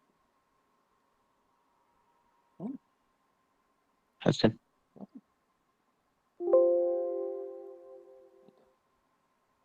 তাহলে বলো যা বললাম এখন পর্যন্ত তাতে কি অসুবিধা আছে তোমাদের?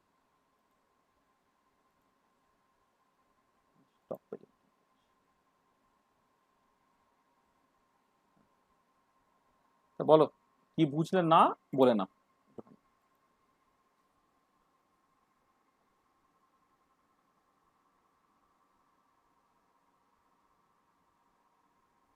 আচ্ছা, পরে কখনো মানে পরে মানে আমরা ওই যখন ওই মানে time dependent perturbation theory, ফেরমি golden rule ইত্যাদি পড়ে নেবো না, তখন এই করসপন্ডিং রামনগুলোর যে সিলেকশন রুল আর কি, এই সিলেকশন রুল করতে পারবো। ঠিক আছে, হ্যাঁ, তখন আরেও তোমার কাছে পরিষ্কার হয়ে যাবে যে মানে মানে মানে মানে পরিষ্কার মানে এইগুলো আলাদা করে কিছু পরিষ্কার করার কথা বলছি না, পরিষ্কার হওয়ার কথা বলছি। মানে কিছু খাপ মানে কি বলবো, মানে কিছু ডিসস্যাটিসফ্যাকশন থাকতেই পারে, যে এই যে রোটেশনাল না মানে আপনি সিলেকশন রুলটাকে +-2 বলে দিলেন, পিওর রোটেশনের ক্ষেত্রে সিলেকশনটা +-1 ছিল, কিন্তু ভাইব্রেশনাল রামানের ক্ষেত্রে পিওর আইআর স্পেকট্রোস্কোপিতে যে টাইপের সিলেকশন রুল ছিল, ভাইব্রেশনাল রামানের ক্ষেত্রে একই সিলেকশন রুল রেখে দিলেন। এই যে কথাগুলো আর কি, এগুলো কিসের বেসিসে বলছি টলছি খানা টানা আর কি, এইগুলো একদম পরিষ্কার দেখানো যায় করে। হ্যাঁ, সেগুলোর জন্য একটু ওয়েট করতে হবে, মানে এখন হয়তো একটু অসুবিধা তোমাদের।